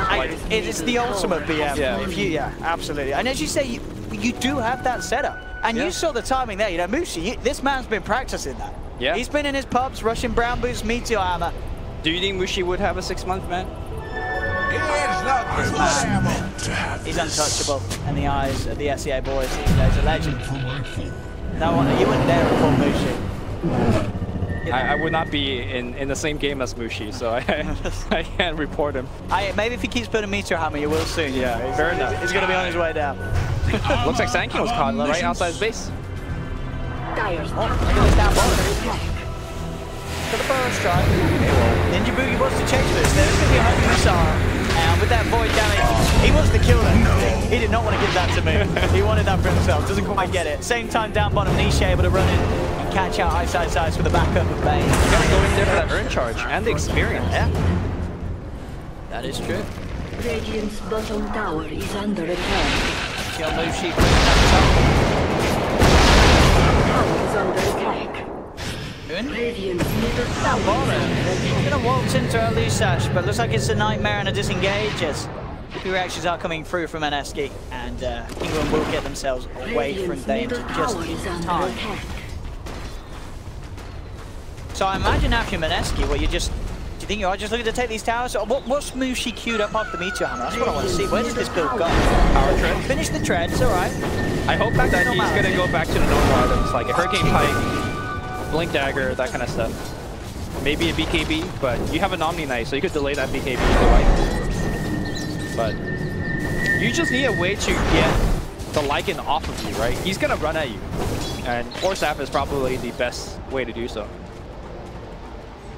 I guess you could Meteor Hammer on top of yourself. Absolutely. Meteor Hammer the Lycan. Yeah.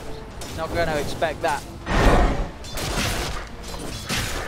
I mean, if you look at it on paper, Meteor Hammer does have really nice build-up and stats. Sure. All of what OD wants. They give you strength, bit of strength. Yeah. Give you in the mana regen, the HP regen. It's really a nice item. Just maybe not something you expect your safe players to be rushing. Yeah. Something that's a little different, but hey, I do so think that far it's doing some work. I do think that Meteor Hammer to me is one of the less explored item. I feel like more heroes should be getting it. I think we're starting to see more and more. Yeah. Like, it's definitely one that took a bit of time for teams to sort of understand the potential of, but the rise of the Meteor Hammer has been getting stronger and stronger with these professional teams. We saw one yesterday from FY's Naga. Yeah, with the Naga Siren, it seems to be like almost caught how good it is. You know, the setup from the sleep into the Meteor Hammer is very strong. And as you said, it's not a bad item stat-wise, and the utility for pushing, cleaning waves up, getting some damage on towers. Very good, Kinguin. With the space for Roshan, Mineski unaware and unable to get a look in, so Nisha able to secure herself ages. Mineski will push in up top as they do get a tier 2 tower for the trade. Kinguin will find that tier 1 mid. Going to pop by move, but they're not going to be able to quite chase down the arm of Kinguin, as they will successfully disengage and get out of it. The Necrobooks are really, to me, a necessary evil in this game for Nisha. You can't really go for the standard, well not the standard, but the old school, like, hey, I'm gonna get an armlet, right-click you Lycan build, because you just get Astro in fights. But your Lycan summons are also just getting killed by flat cannon. That's why a lot of the pro players do consider Gyrocopter as one of the more decent heroes that you could pick against Lycan. You could just kind of whittle his army down. Pretty efficient. I'm trying to think, there's no way that MUSHI accidentally built the Meteor. No. No. I mean, No. You know, there's some items that you try to build, but then like they queue into a different item, or like they combine into a different item rather. But I don't think that's the case. And we've seen him actually use it to great effect. Yeah. We've seen the one Astral combo into it. I want to see some more of them. Sure. Mid lane. I don't recall if OD has any like cast range. No. Oh, that's an initiation. There we go. They set up into the corner. Do it for the Soundman. Panos will come into the epicenter. The defensive back will come through. He's going to spin it onto MUSHI, but MUSHI is still fine for now. Panos falls back as Boogie tries to move in. Nisha running with the open. She is out just in time. They turn with the sound and sees a clip. Nisha falling ever so low, being blocked up by Panos. He tries to escape cancel. The one to be left behind. As Kinguin the first to take a catch. Nisha's team fight. Bane also in trouble as Iceiceice tries to get the Feast Grip out. Looks towards Jabs, but the stick charges keep Jabs alive. Mineski able to take 2. They're in. The Meteor Hammer from the sidelines, setting up onto the line. Not enough to get the kill, but certainly enough to kick the chaos off and allow Mineski to come out on top of the team fight. You just don't expect a Meteor Hammer defense, really. It just hit you. Career ended. Oh man, got its force now as well, MUSHI, so a lot easier to get into position and out of position. Once that Lycan comes running at it. Also, as we saw in that last team fight, defensive Astro is very powerful this game, right? Against heroes like Bane and Sand King, who needs to initiate himself into the team fight. I mean, Lycan had Aegis, so he didn't die, but if he didn't have Aegis, that fight was absolutely a disaster for Kinguin. Sash. Jabs and Moon in Mineski's jungle. He doesn't have Feast Grip, so it'd be rough. Maybe Nightmare and let the bear. Gonna look to it. Boogie. And the bear. Jabs coming in with the telekinesis. They're trying to beat into this bear for now. Telekinesis flies down, but Jabs is the one in trouble. Falling low. Off the purification. They're coming out just in time. Using this battle line for now. Still goes down. Cancel will find him with the spirit. 1-for-1. Mineski still seeing if they can chase. Look towards the bear. And now though with Cancel. Throws the Yules up onto Moon. Defensive Meteor Hammer just onto Moon. They have the Astro to protect Moon from the Earthsplitter. Look at Nisha though, the wraparound, bringing the army in. The Burrow Strike from Panos. They set up for the double kill. Nisha, he's taken down 2. Rapier's get the team one by look to this one. Repels onto one side. It's not enough to save him. Nisha being enabled, going absolutely ham in this team fight as he runs from target to target under the cover of Shapeshift. Big team fight win there for Kinguin. They'll claim a tier 2 tower as well. Just catching Mineski now, what appeared to be quite an awkward position there out on that bottom lane. Yeah, I think that was the classic let's save our teammate syndrome, where they had kind of stayed in the fight a little bit too long, trying to save each other, and as a result, everyone got caught. Here comes the Meteor Hammer defense. Wow. Did the job. They're out of it. They see it and they're like, my goodness, we can't push into that. You also have the buyback for that, so I mean, like, it's whatever. Full Crimson Guard on Iceiceice certainly will help up against the army of summons. Nisha has been throwing at them. Nisha saying though, having a much better game this time around. Top net worth, BKB complete on top of the level 3 Necro. Having a very strong Lycan game, and we can certainly see why Kinguin were very set on drafting the Lycan again, as they obviously have their comfort found behind this hero. It's one of the stronger heroes in this patch right now. Not only in the fights, but for example, what we saw out of the Roshan sneak, right? He just basically smoked himself in there, kind of like Ursa-like, was able to take down the Aegis, or the Roshan rather. So it's just a powerful hero. They see standard build this game. Mask of Man is now finished on the bear as the Stone Druid continues to be bigger and bigger, and as we say, Stone Druid. Radiance, Mask of Madness, and we'll see what he goes next. Maybe the Aghanims or the ACs, depends what his preference is. Exotic Dit.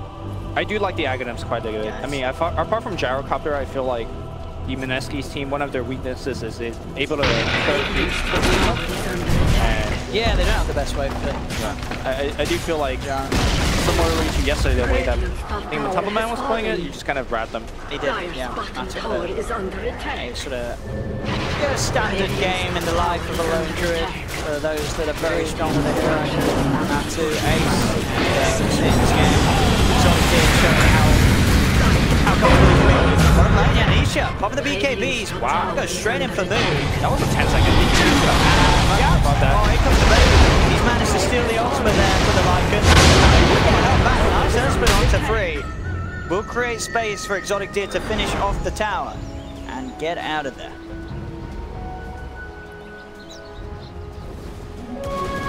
Generation. 11.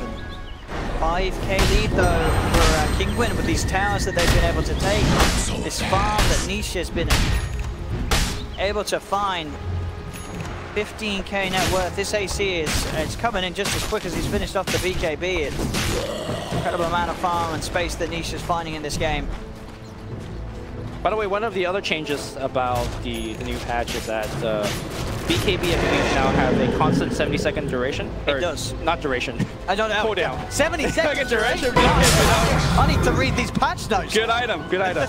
No, so it used to be that the lower duration of your BKB, the faster it cools down. So, like in the late game, if you miss pop a BKB, it's not the biggie thing, right? It'll be back up in 55. Now it's going to just be 70 flat. Yeah, absolutely. Yeah, they used to be a good side. Yeah. Now it's just all downside. It's all downside. BKB got the nerf. Certainly did in that sense. In the long run, at least. I mean, that constant time, which I think that was certainly necessary with sort of the addition to cooldown, reduction of talents and items. Yeah. You needed to be a bit more careful with how the BKB interacts with that. Patos will miss that initiation, and looks like they're gonna probably just hang back. Yeah. I think if you are Kinguin right now, you just wait for the second Roshan. They have multiple heroes that could take it. Yep. And you force Mineski to come to you, because unlike the last game, they don't have any kind of stellar team fight like Ravages or X's and stuff. So, I mean, I think they realize it as well that they have this lead, and Mineski's lineup. I mean, again, sure we saw the Meteor Hammer combo once from Mushi, but you have to ask yourself, if he did go for a more traditional build on the OD, would he have had more of an impact in this game? Because he's 0-4-6. We saw like one combo. That was about it with the Meteor Hammer. Other than that, it's not done that much for the team.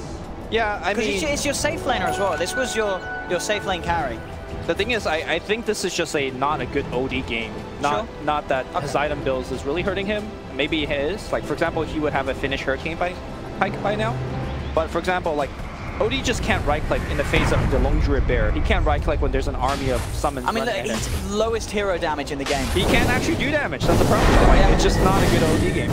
I think, at least. So maybe this is what you build in the adversity of a bad OD game. You build Atoms. It's not that bad. Down in challenge. Oh, that's the doggy as well.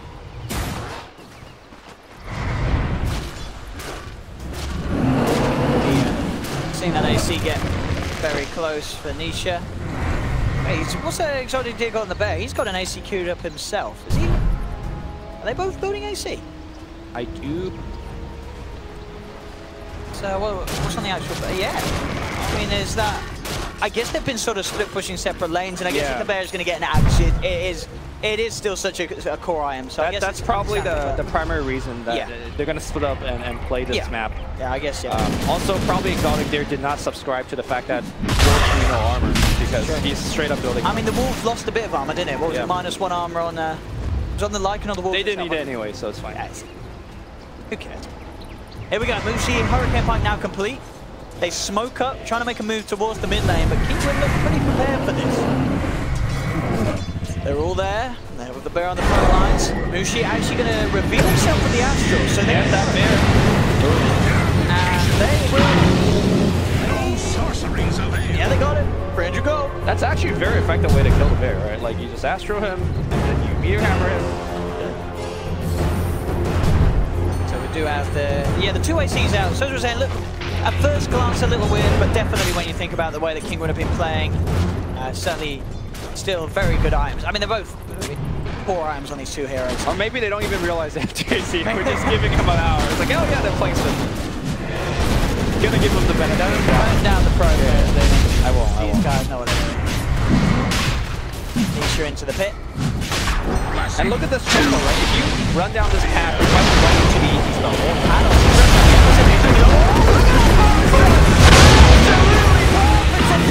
Straight in onto 3 with a fear on as well. They're taking down the Night Stalker. Nisha on the Mega Gear as he brings down the Gyro. Oh, perfect play from Patos.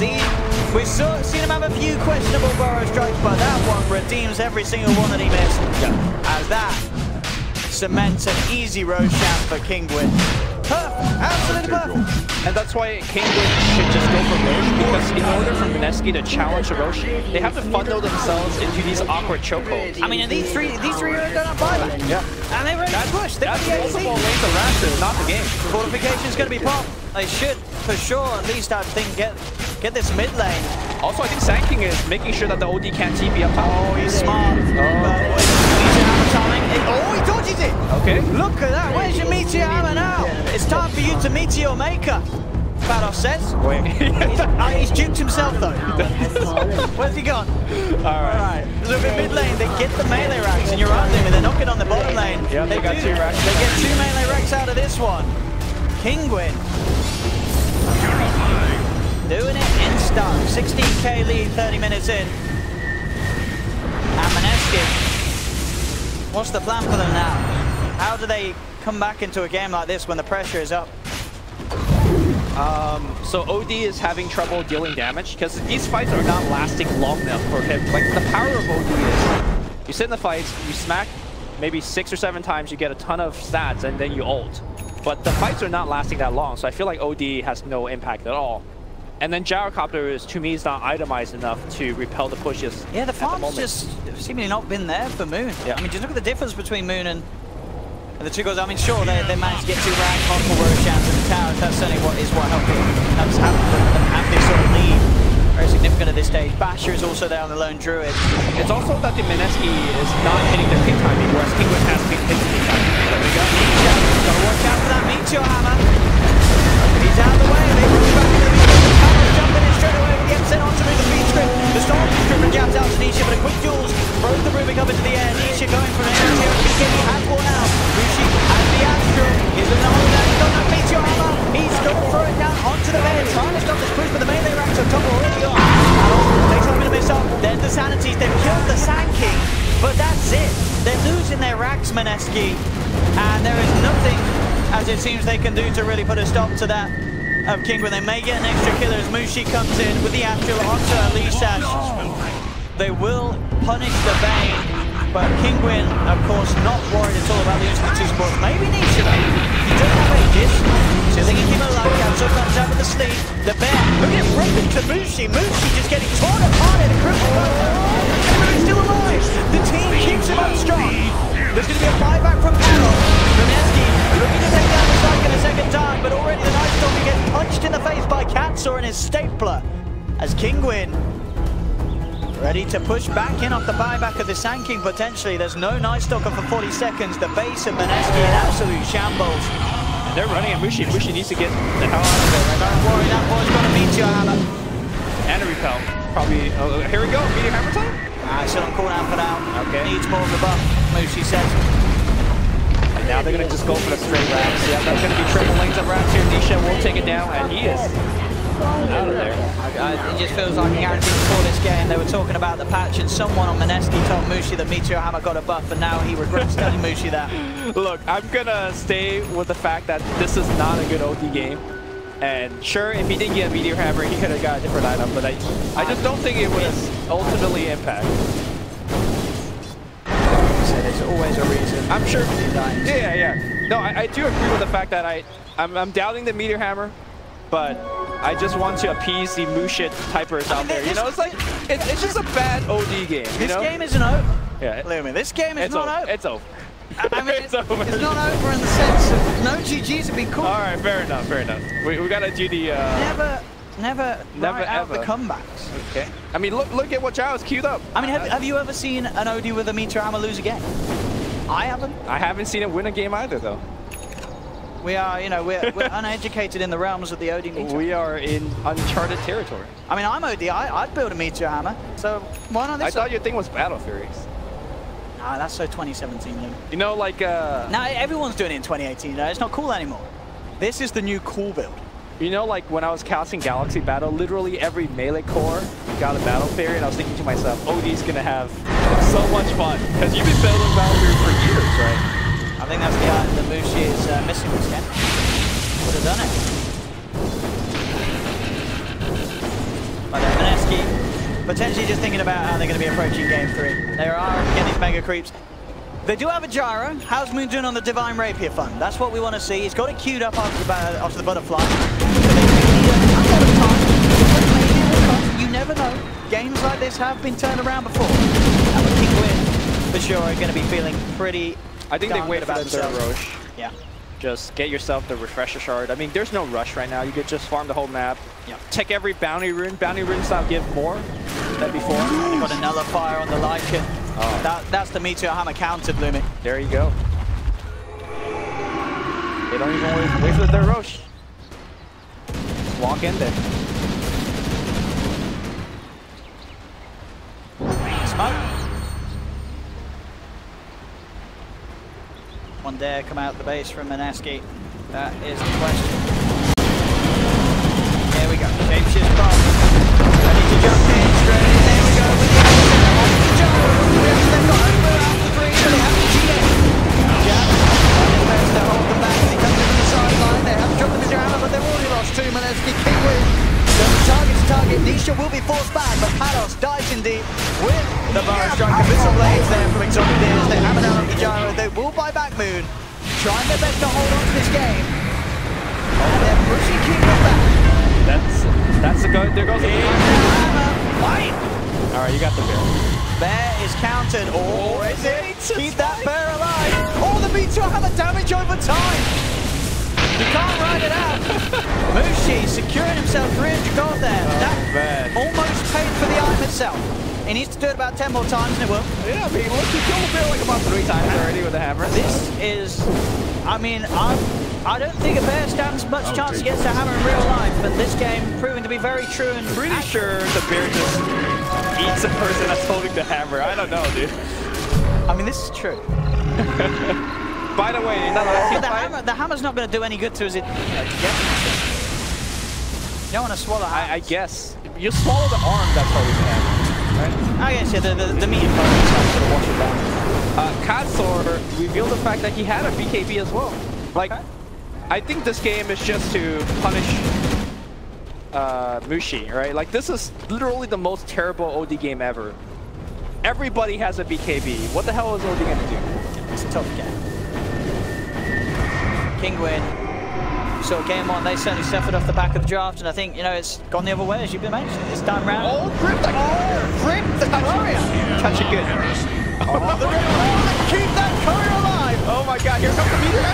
The Wizzo support, he's out. And now it's down. Oh my goodness, that's a net like Mineski. position without Leica for 75 seconds. He's got that one with a stolen Fiend script from the Jabs Rubik. Oh shit, don't count them out just yet.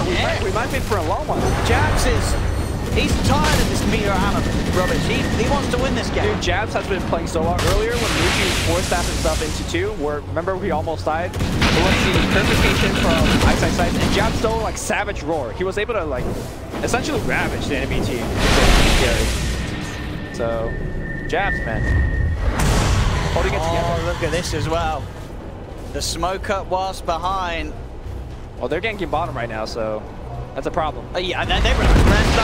Go bottom, boys. Moon, he's out on his own. BKB is not there for 15 seconds. He's tried his best to run. Radiance. Oh, you can't get the kill by a Radiance in 38 minutes. That would hurt. Meteor Hammer. Here we go. Bam. Oh, he's off the mark. He missed the time in Mushi. And the bear now turns towards the Night Stalker. First guy from Paddles comes through. They're keeping Ninja Boogie alive at the purification. Defensive Astra. Mushi jumping in. Down to cancel. Now they turn their attention towards the bear. They want their bear, and they're going to get it down again. Astro. Oh, Mushi. Give him the hammer. Give him the hammer. Here we go. They've done it. Exotic Deer down as well. Mushi. He don't need items, he just needs skill. Dude, look at Charles go! He's got the Rapier now! Oh, yo, don't call it a comeback, dude. No, this game. A game for the ages. Alright. I called this game over, but... so did Mushi's teammates. Once they saw his first item. I think so did Kinguin. Like, they could have gone Roche. Yeah. The ultimate psychological play from Mushi. There's no reason to fight into the base like that without Aegis, because they have complete map control. Now Mineski, you give them an inch, they come from yeah, here we go. Rapier. If they get Aegis on Moon, there's a shot. There's a shot. This is the best game so far of StarLadder without doubt. But the base. But the base. We need a Meteor Hammer to defend the base. Where's OD? Get that OD back. Moon will do. Got the Rapier. He's in. All right, so what did he drop for the Rapier? I don't think it did. Did he? It's just that we had the drop the TP. Oh yeah, I guess yeah. Put CP in his backpack. Yeah. Little level 22 coming up on Moon. Still 14 kills for Kinguin, but definitely a worry for them. They have the speed and they're unable to close the game up. Yep. That's the scary part. By the way, Moon getting to 25 actually matters. Like if he gets extra flag, definitely. Yeah. They do want to try and get the XP on the Gyro. Oh, excuse me. No. And let's keep remembering that. Oh, sorry. You got extra block way earlier, not at 25. You've got to get that 300 missiles. Yeah. Or global cooldown might be good, right? Because you need to push that wave. I've never seen anyone take that, Louis. But I mean, in a game like this, in a game like this, you might never know. Yeah, you might need global cooldown. You never know. This is some next level strats from Mineski, and it's working at this sort of 40-minute mark. They were building to play from behind. Because I don't think homing missile is actually that good this game. There's so many BKBs on Kinguin. The BKBs are running low. And you know what the nerf to BKB is, we were saying. Okay. Having it only once every 70 seconds rather than what the 55 it used to go down to. Is there a way that Mineski could challenge this? If they have global cooldown. Yeah. They could snipe the Roche. it's hard to do, but it's not impossible.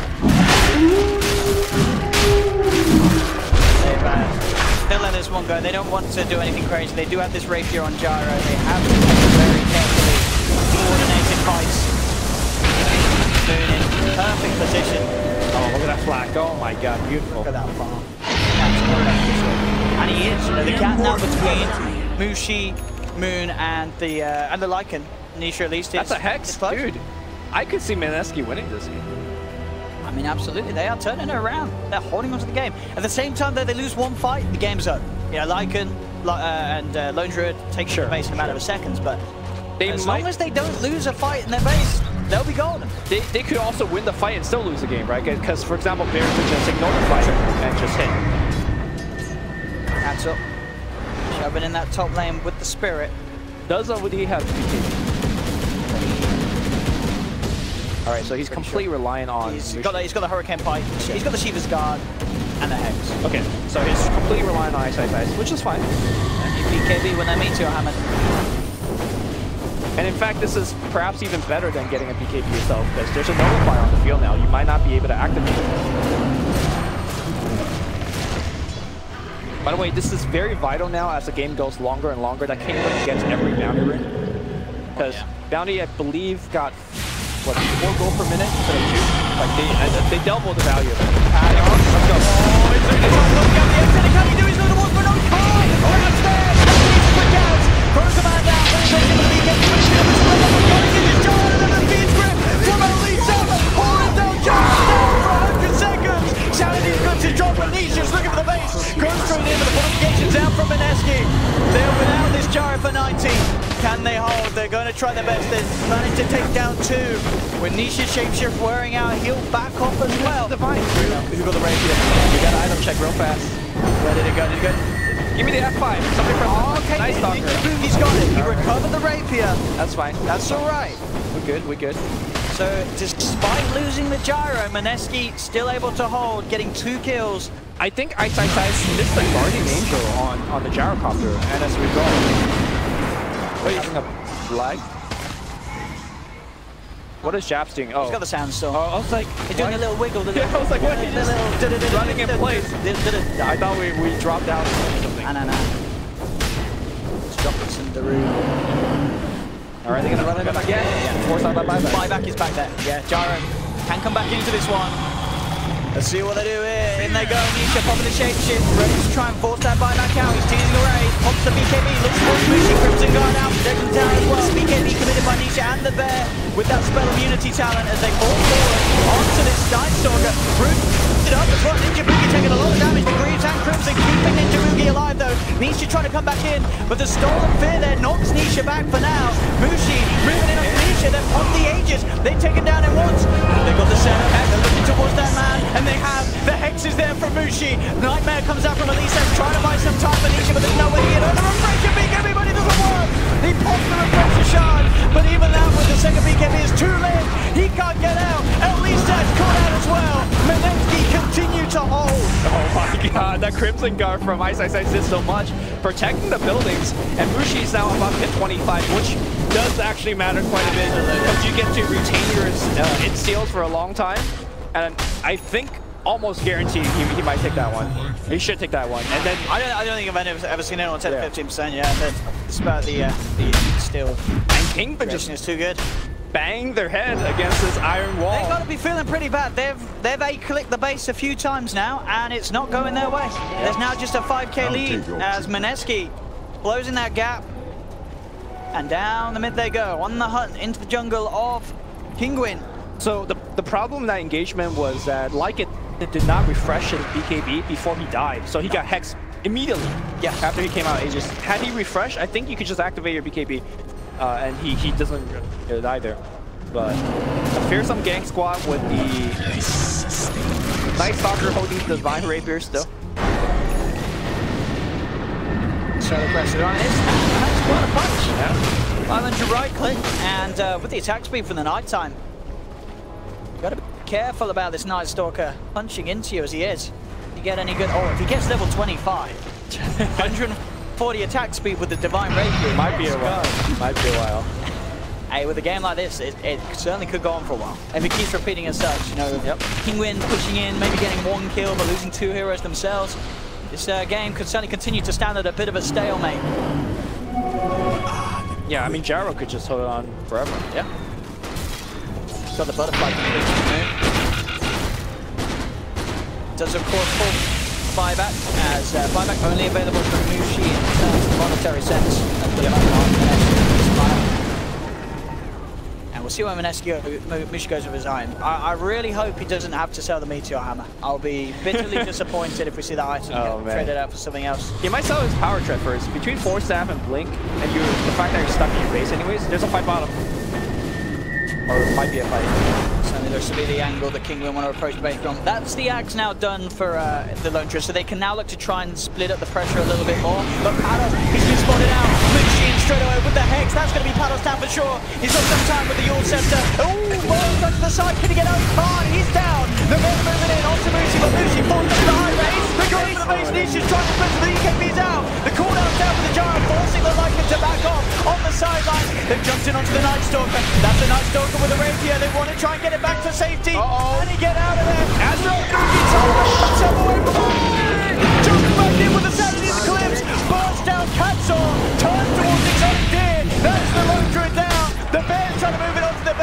Ninjabuki still alive. Keep that bear away from the ancient, and they will indeed. More 300 gold on the way to the bank accounts of Mineski and MUSHI. Oh my God. Iceiceice as well.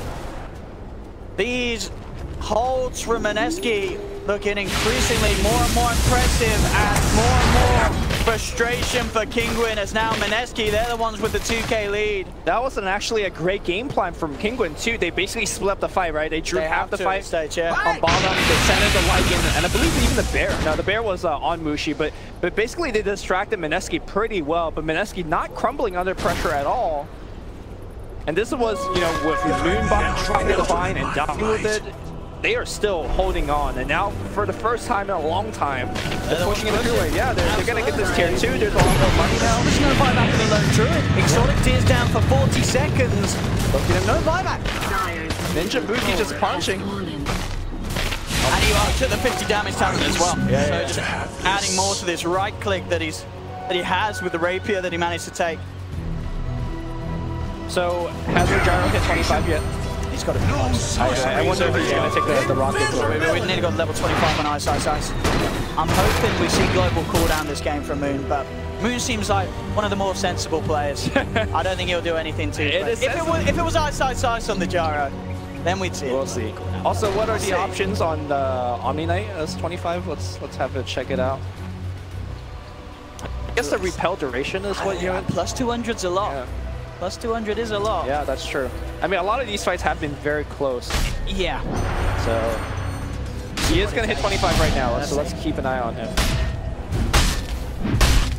All right, there we go. He's thinking about it. And yeah, the plus 200 just seems too much to pass up on. By the way, one of the more important aspects of this game is that your fountain does actually, or not the fountain, the throne actually regens HP. As long as they can hold. Yeah, it's... Could be fine. 8 HP regen per second. Pretty decent. Back to full for the next fight. Back to this position again, though. So they managed to force out a little bit, Mineski, but they did have to sort of fall back to this full defensive measure around. Yep. The agent and Iceiceice, he's got the Aghanims on Omni now. Yes. So the one thing now they have to worry about is that the Necrobook, the range one, could purge, right? So you can still purge off the Guardian Ninja. And they do, and I think as well, if you're Mineski, you've got to sort of accept that Roshan's going to go the way of... Yeah, I don't think you can get out and contest it a bit. It's too much of a risk. Like, even if you get the Aegis on some of these heroes, it's not worth the risk to go out. And interesting as well, so MUSHI actually finishing up a Silver's Edge on the OD. Is there any important passive that he's breaking? Like it? I mean, I'm thinking as well, just obviously for the gap close, so you can sneak in and get that Hex off without any chance for reaction. But there's Necrobooks on the map, so I'm not sure how useful the invisibility. I mean, when the game's going on, that's a good question. Sure. MUSHI is doing some crazy stuff this game on the OD, and it's working out in a bit of a different way. But they're holding on, and they are maintaining the lead in this game, and MUSHI, second highest on the network. But of course, with that Silver Edge in his inventory, we have had to say, oh, there we go, there we go, fire! Move! That's a kill. The Meteor Hammer died for that, and it was worth it. Getting Silver Edge, getting that surprise jump. And you gotta keep in mind that anytime they hit a hero, it's very important because he's retained a ton of those instacks for a long time. Because he did take the plus 60-second duration. Silver Edge and the smoke. Mineski out and ready to rock and roll. Yeah, and they're sending MUSHI in front. He is by far the most important catch with a Blink Hex. But unfortunately, not going to find anybody here. And I guess Moon just goes for a second Divine, right? With retaining I buyback. think you might as well do on the gyro. I think, yeah, I guess at this stage you just prefer to make sure you do have buybackers. They are now at a stage that they are able to hold without requiring a Rapier on the gyro because they've managed to get themselves back. Because they have a Rapier and Stalker. Yeah, the Rapier and Stalker. I mean, MUSHI's got a lot of money, honestly. Oh, feels bad. Oh, goodbye, Iceiceice. Oh, maybe not. Oh, no, nowhere to save himself. He nightmared himself. Oh, no, it would have been close to the cast animation. Maybe he could have got it off. Hex on cooldown, Hex on cooldown, Hex on cooldown. You gotta get out of there, love. He's gonna get out. MUSHI! Didn't you say that he was 0-4-6 at one point? He was, I believe it's 0-4-6 for the longest of time and this now game. he's 10-4. He has not died since you flamed him. Yeah, this is, nah, I'm never flaming this man's arms again. MUSHI can build whatever he wants. That's a fair kill. That's 300 gold. He has been farming bears. Yep. Like, I don't know. Any missed chance? Any missed chance? No missed chance. No. That's a kill. The man, the myth, the legend. This build will now be replicated in 100% of OD games in pubs. Thanks to MUSHI. And I'm not even mad. Not even mad. To see this do this OD. This has been a hell of a game. It really has. Yeah. I did not anticipate Mineski being able to hold on for this long. Has Shower hit 25 yet? I really need to see these rockets. He surely has. Rockets are called down. Well, he must have. Oh, he took the cooldown. I told you. He took the global cooldown. You need to push out waves, man. Yeah. Like this bottom wave right now, you could call down right now. I want to see him use it. I mean, you can't because he's always using it. We gotta hover. We gotta constantly hover on him. I want to see some global. All right. Our trusty observer will be hovering on him. I hope. All right. What a game. Is he using it every time on cooldown? Come on, use it. Wave. Where's it going to go down? That'll be the trick. Seeing what wave it's gone to. We top, right? It's pushing in. He's waiting for them to meet up. Fire the missiles. He doesn't want to miss, right? It goes to the Satanic as well. Item 1. No, he's not using it. No. No. Just getting it for show, man. He's not even using it. It's very Patos with the D-Ward epicenter. Oh, MUSHI though. He's in a bit of a risky place, but they're terrified. They see him, they run the hell out of it. MUSHI obviously not hexing Nisha, because Nisha still retains max movement. So, it's out of there. He's going to need an Abyssal Blade on that OD. Gotta get next. Again, you said it about 20 minutes ago. Mineski makes one mistake, baby. Right. We're still in the same. And that's silly. If one of their cores dies with that buyback, the base is gone. But they're up 9k now. Like, yeah. They're mega. They're up 9k. Look at this graph. 20k gold lead that was once there for Kinguin, and it's all gone. Yep. It's all gone. It's going to be a Rapier queued up by Moon after the Satanic. Go for that bit of extra firepower himself. Right. Upgraded box for MUSHI. So I think this allows one of their supports to like rotate out of the base, and now you could DOT2 onto them after they find a catch. Yeah, Lilith's here for them to sort of cover multiple lanes and get MUSHI in position for that hex. And they even have backup global cooldowns to assist in damage. For the kill. There you go. Where's your wave now? Well, it's still there. Still there. It's still there. Not quite enough damage, of course, on global cooldown to deal with the Mega single-handedly. And look at MUSHI. He knows he's just like... Oh, don't get caught, MUSHI. You're and he's being careful. MUSHI is actually, I believe, the hero that does the most damage on his team right now. Definitely, yeah. With the amount of int that he's got. Well, he's got no int now, but... Sure, I mean, yes, the int from his icons. Yeah.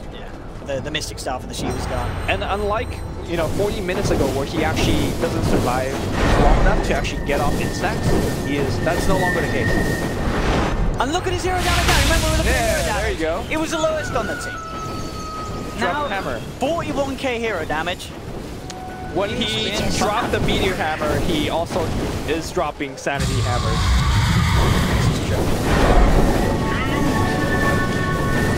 So, what will break first? Kinguin's patience? I don't know. It's getting close to that 1 hour mark, which, to be fair, we haven't seen too much in the game recently. We've had a lot of sort of the 40-minute mark has been very, very consistent. Oh, here comes MUSHI. Oh. He's on his way out.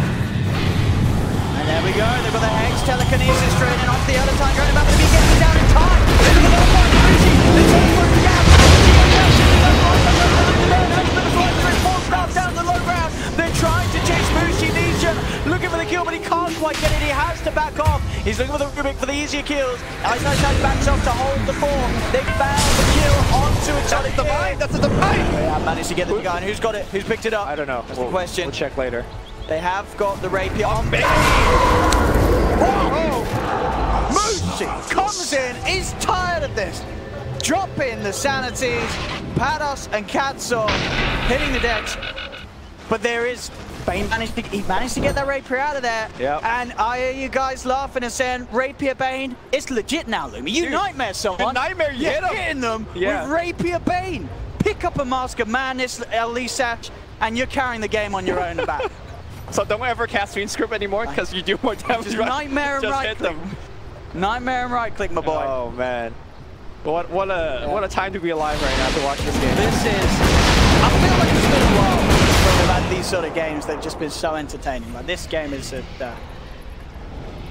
one of my favorite we've seen in a while. Oh yeah. You still don't know which way it's going to go. I mean, Mineski, they're certainly making the comeback, and well, they've already made the comeback. Wait, why does Iceiceice have a Ironwood branch queued up?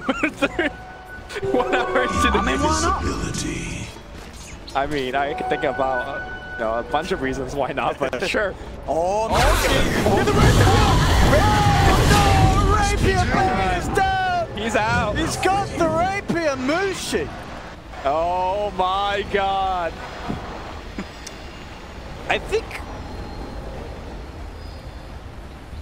I wonder what item is the least important, because I think the pike is really important. I think the pike, but you have got the blink for your position. Yeah. Okay, so he's going to swap the boost out. Yeah, I think that's the best way to do it. Put the boost to the side. He's not having to TP from lane to lane too often, and with the blink, the Silver Edge movement speed boost when you're in the invis, the Hurricane Pike, you've already got enough mobility. Yeah, and the Shiva might not seem very important, but it really is, because the way that he's looking for these, Shiva gives him vision, right? He pops Shiva, he finds somebody, and he blink hexes. Oh, if they can get Roshan as well, Mineski is back up in 15 seconds. This is very dangerous, because Wolves could be scouting you right now. And he doesn't know that. I know he saw the Wolves die, but Wolves could be coming as well. So MUSHI, again, if he dies, he's forced to buy back, and you just don't want to be in that position. But look at the buyback status. Every member of Mineski have buyback. They've got it all. And nearly everyone on Kinguin, just 2 members without the money. If they take one fight, they get like 1 kill, then they'll have money as well for the buyback. And they've still got the refresher shard on the Lycan. So they do still have that sort of double duration, and he is quite a threat with the nullifiers. We saw if he can get on top of a target. Yeah. Double nullifier, double BKB. I don't know if he's doing enough damage anymore though. Like he's not killing quickly enough. He needs to focus really the same target as Exotic did. You know, if the Lone Adrenaline can go on a target with the nullifier, but here's the thing, right? Get the kill. There's Astral. Yeah. There is the Guardian Angel. There's so many different ways for Mineski to prolong the fight, to save the hero that they need to save. There's 4 staffs and stuff, so... He's got an MKB now as well, on the market. Extra attack speed with a shapeshift, more chance of hitting the crits. They're going into the pit here. Mineski, they are close. And now they're going to find the Bane on the side. That's 1 down, that's Bane gone. Kinguin, they're scared. They're just going to TP out. That's Roche. Like, Mineski could get Roche right now, but they gotta be, they gotta be very careful. They ping it out. They have global call down. Oh, that did nothing, but you know, helped. It's all about the mind games. My flight. As you say, it does force themselves away from the Roshan pit, Mineski. Roshan will still live to see another day for now. Boogie. Feasting on those juicy bounty runes. As you make this stage of the game. Back towards watching over the pit between 2 sides. Ninja Boogie looking for that wraparound though. Coming in from behind, shapeshift, pop by Nisha. Ninja Boogie silencing up the lone druid. Spread it down. Forces himself up to the high ground. Nisha going to continue to chase. He's looking for this OD. They've got the nullify down on him. Have they got the damage? They have the spirit out. MUSHI able to get far enough back to the safety of Iceiceice. He'll be fine for now. Abyssal Blade goes onto the Night Stalker. GA, the global play from Iceiceice, keeping his team fighting fit. Now they turn towards the other side. Cancel left behind. Global cooldown slowing Kinguin on the escape, allowing MUSHI to close the gap onto the Lone Druid's bear. More gold into the pocket of Mineski as they take that down alongside the Elder Titan. And Moon wasn't even in that fight. That was a straight up a 4v5, but he participated with the global cooldown. He's got money for his own Rapier as well now. So, do they care about Roche? They ping it out. They could do it very quickly because of the OD. There you go. OD only with the 20 in, but still hitting it. Still a decent bit of a punish, yeah, with the Rapier, of course, on MUSHI. They want to contest. Back in. Badass goes in with the 3-man boom. Shredder, they have the damage. He's going to be stuck. Shredder with the move with the Invitational. The Mushi, BKB, pop on the man with the spell of immunity talent.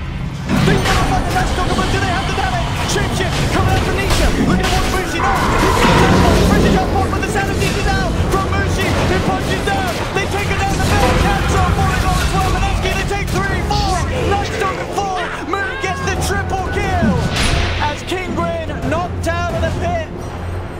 They do have 2 buybacks, but they are not coming back in to contest this Roche. And Mineski will find it. Refresher charge, G's and Aegis into the hands of Mineski. And that's multiple Guardian Angels for Iceiceice. I believe he has a refresher as well. So he has a shard, he has an actual refresher, and he has Guardian Angel. Mineski constantly... No, he's not going to refresh yet, but he's got money for it. He's still got a lot of money. Yeah. He's still got the Tango or a GU branches. Alright, second Divine Purchase on Moon. And the question is there the time here for Mineski to push and finish the game? It's the time right now. It's the time right now. Like, at least you try to do some damage. If they buy back, then you respect it and then go back if you want to. I mean, there's 4 heroes dead. It doesn't get any better than this, right? Moonshot Purchase for Mushi. He needs more attack speed. bomb as well. I don't think he's going to check it. No. Yeah. With Divine, Mushi's going to hit the base pretty hard. Here we go. See how quickly they can do this. The tier 3. They do have those 2 buybacks on. Ados and Nisha holding on to them for now. They're going for Megas. They're playing it safe. Yeah. They know that Kinguin will be back for 1 more fight. So they don't want to try and end the game. Yeah. They just want to try and balance the situation that they're in. Gyro cancel his TP going to mid because he wants to push that tier 2 bottom, making sure that if they possible, they can get the Mega. But they need to deal with the bear right now. The bear is in their base. Oh no, got something back. And that will be it. They only get 2 sets of racks. Ninja Boogie. Mid lane, Pat's on top. He's looking to close the gap. 4-star. Oh, BKB! He's out. Is it anybody? Abyssal? Anybody? Oh, no. Only on the lone druid at the moment. And Exotic Deer couldn't get himself in position, of course. He's still moving in. There's the refresher orb now picked up. So now, Iceiceice has got, indeed, as you mentioned, he's got the 3 shard Guardians. And the orb. Yep. And he's literally going to send his base. Or triple GA, triple Grieve heal, triple... Oh, the Grease doesn't work, does it? Because there's like the buff timer. Yes, but you could refresh, let's say, purification with the level 25 talent. That's repel being the big one here. Yeah, also your Vanguard upgrade, the Crimson Guard. Very hard for people to fight into. I mean, there's a 38k gold lead now for Mineski. Look at this. Oh, I heard call down. They're probably bottom. I don't know. And we're hitting 25s all across the board there. I mean, how many heroes are not 25 at this stage? Most to reach now, aren't they? Just want a couple on Kinguin, just 4 on Elite Session cancel that haven't hit 25 in this 65-minute long game. The thing is, I don't see any way for Kinguin to come back, right? Just on the way the heroes of the scale and stuff, and itemize. She has bought a Tome of Knowledge for who? For... Everyone's 25, aren't nobody? Okay. Sentries out. They can. It makes sense for Course to start buying wards now for the supports, because the supports still have room to grow and making a safer buyback. So they've got a double Rapier, of course, Moon and Mushi, both with Rapiers that they're rocking. Jabs does have money for Jabs. Maybe just wants to make sure he has buyback as well on top of it before going in on the purchase. The Jabs take the damage talent for his 25? No, telekinesis. JB's running low this game. She walking up. Hey, straight away. Oh, the stolen feature as well from Jabs. Setting up for straight up daylight murder. 2 dead, no buyback on the Bane. Nisha does have buyback available. He's almost certainly going to need to use it as he's gone for 90 seconds. There's a bear on the mid lane, I believe. This bear gets caught. He pops a BKB and should get recalled. Yeah. Yeah, this is Megas. Telekinesis and Hex though, good start. In fact, the Earthquake's there as well. Coming out onto Mushi. Still be slow. trying to chase. Stolen Earth, but it gets thrown back. MUSHI able to blink up to the high ground. Is he going to be safe though? He does have everyone else around him, so it looks like he'll be fine. Capsule pumping his own BKB, trying to hold Mineski back as he chucks the spirit out. Ags now picked up for Japs. Well, tier 3 is still alive on the bottom side. Oh man, this is a tough one. That rocket has to falling the bear. We need to watch out. That bear is in front of the base now. Did have to expend that buyback on Nisha for that defense, of course. Kinguin, so 7 minutes without a second mark on life, and they have to be careful. The push with these Rapiers though. Forcing out the fortification. Out also Epicenter being wrecked on. On medium from Mineski. Outdoors down for 100, he'll buy back. The BKBs have been popped. Ninja Boogie very deep in the base. Stomp from Panzer, holding back the rest of them with a global jet punch through. Oh! The solo force trap jabs, cuts it out too. There'll be the death zone for 80 seconds. Homing missile in onto the outside. Nisha trying to find out the BKB with a second GA. From on the outside from that jab. And go with the bonus trap, the original bonus trap, the power holds it down. They're trying to get back to base. But the Rapier damage is too much. Mineski cleaning up. 3 dead and GG World playing is board. Mineski take the series 2-0. And I tell you what, Libby, if there's OTs in mind, not coming for Ambush Meteor, having them. This is the new build. This is how you play the hero. This is how you do it in style, MUSHI style. Did you hear the crowd after the GG was called? They were chanting MUSHI. MUSHI, of course, very popular player in China. Played here for a while during the DK days. I mean, very well respected.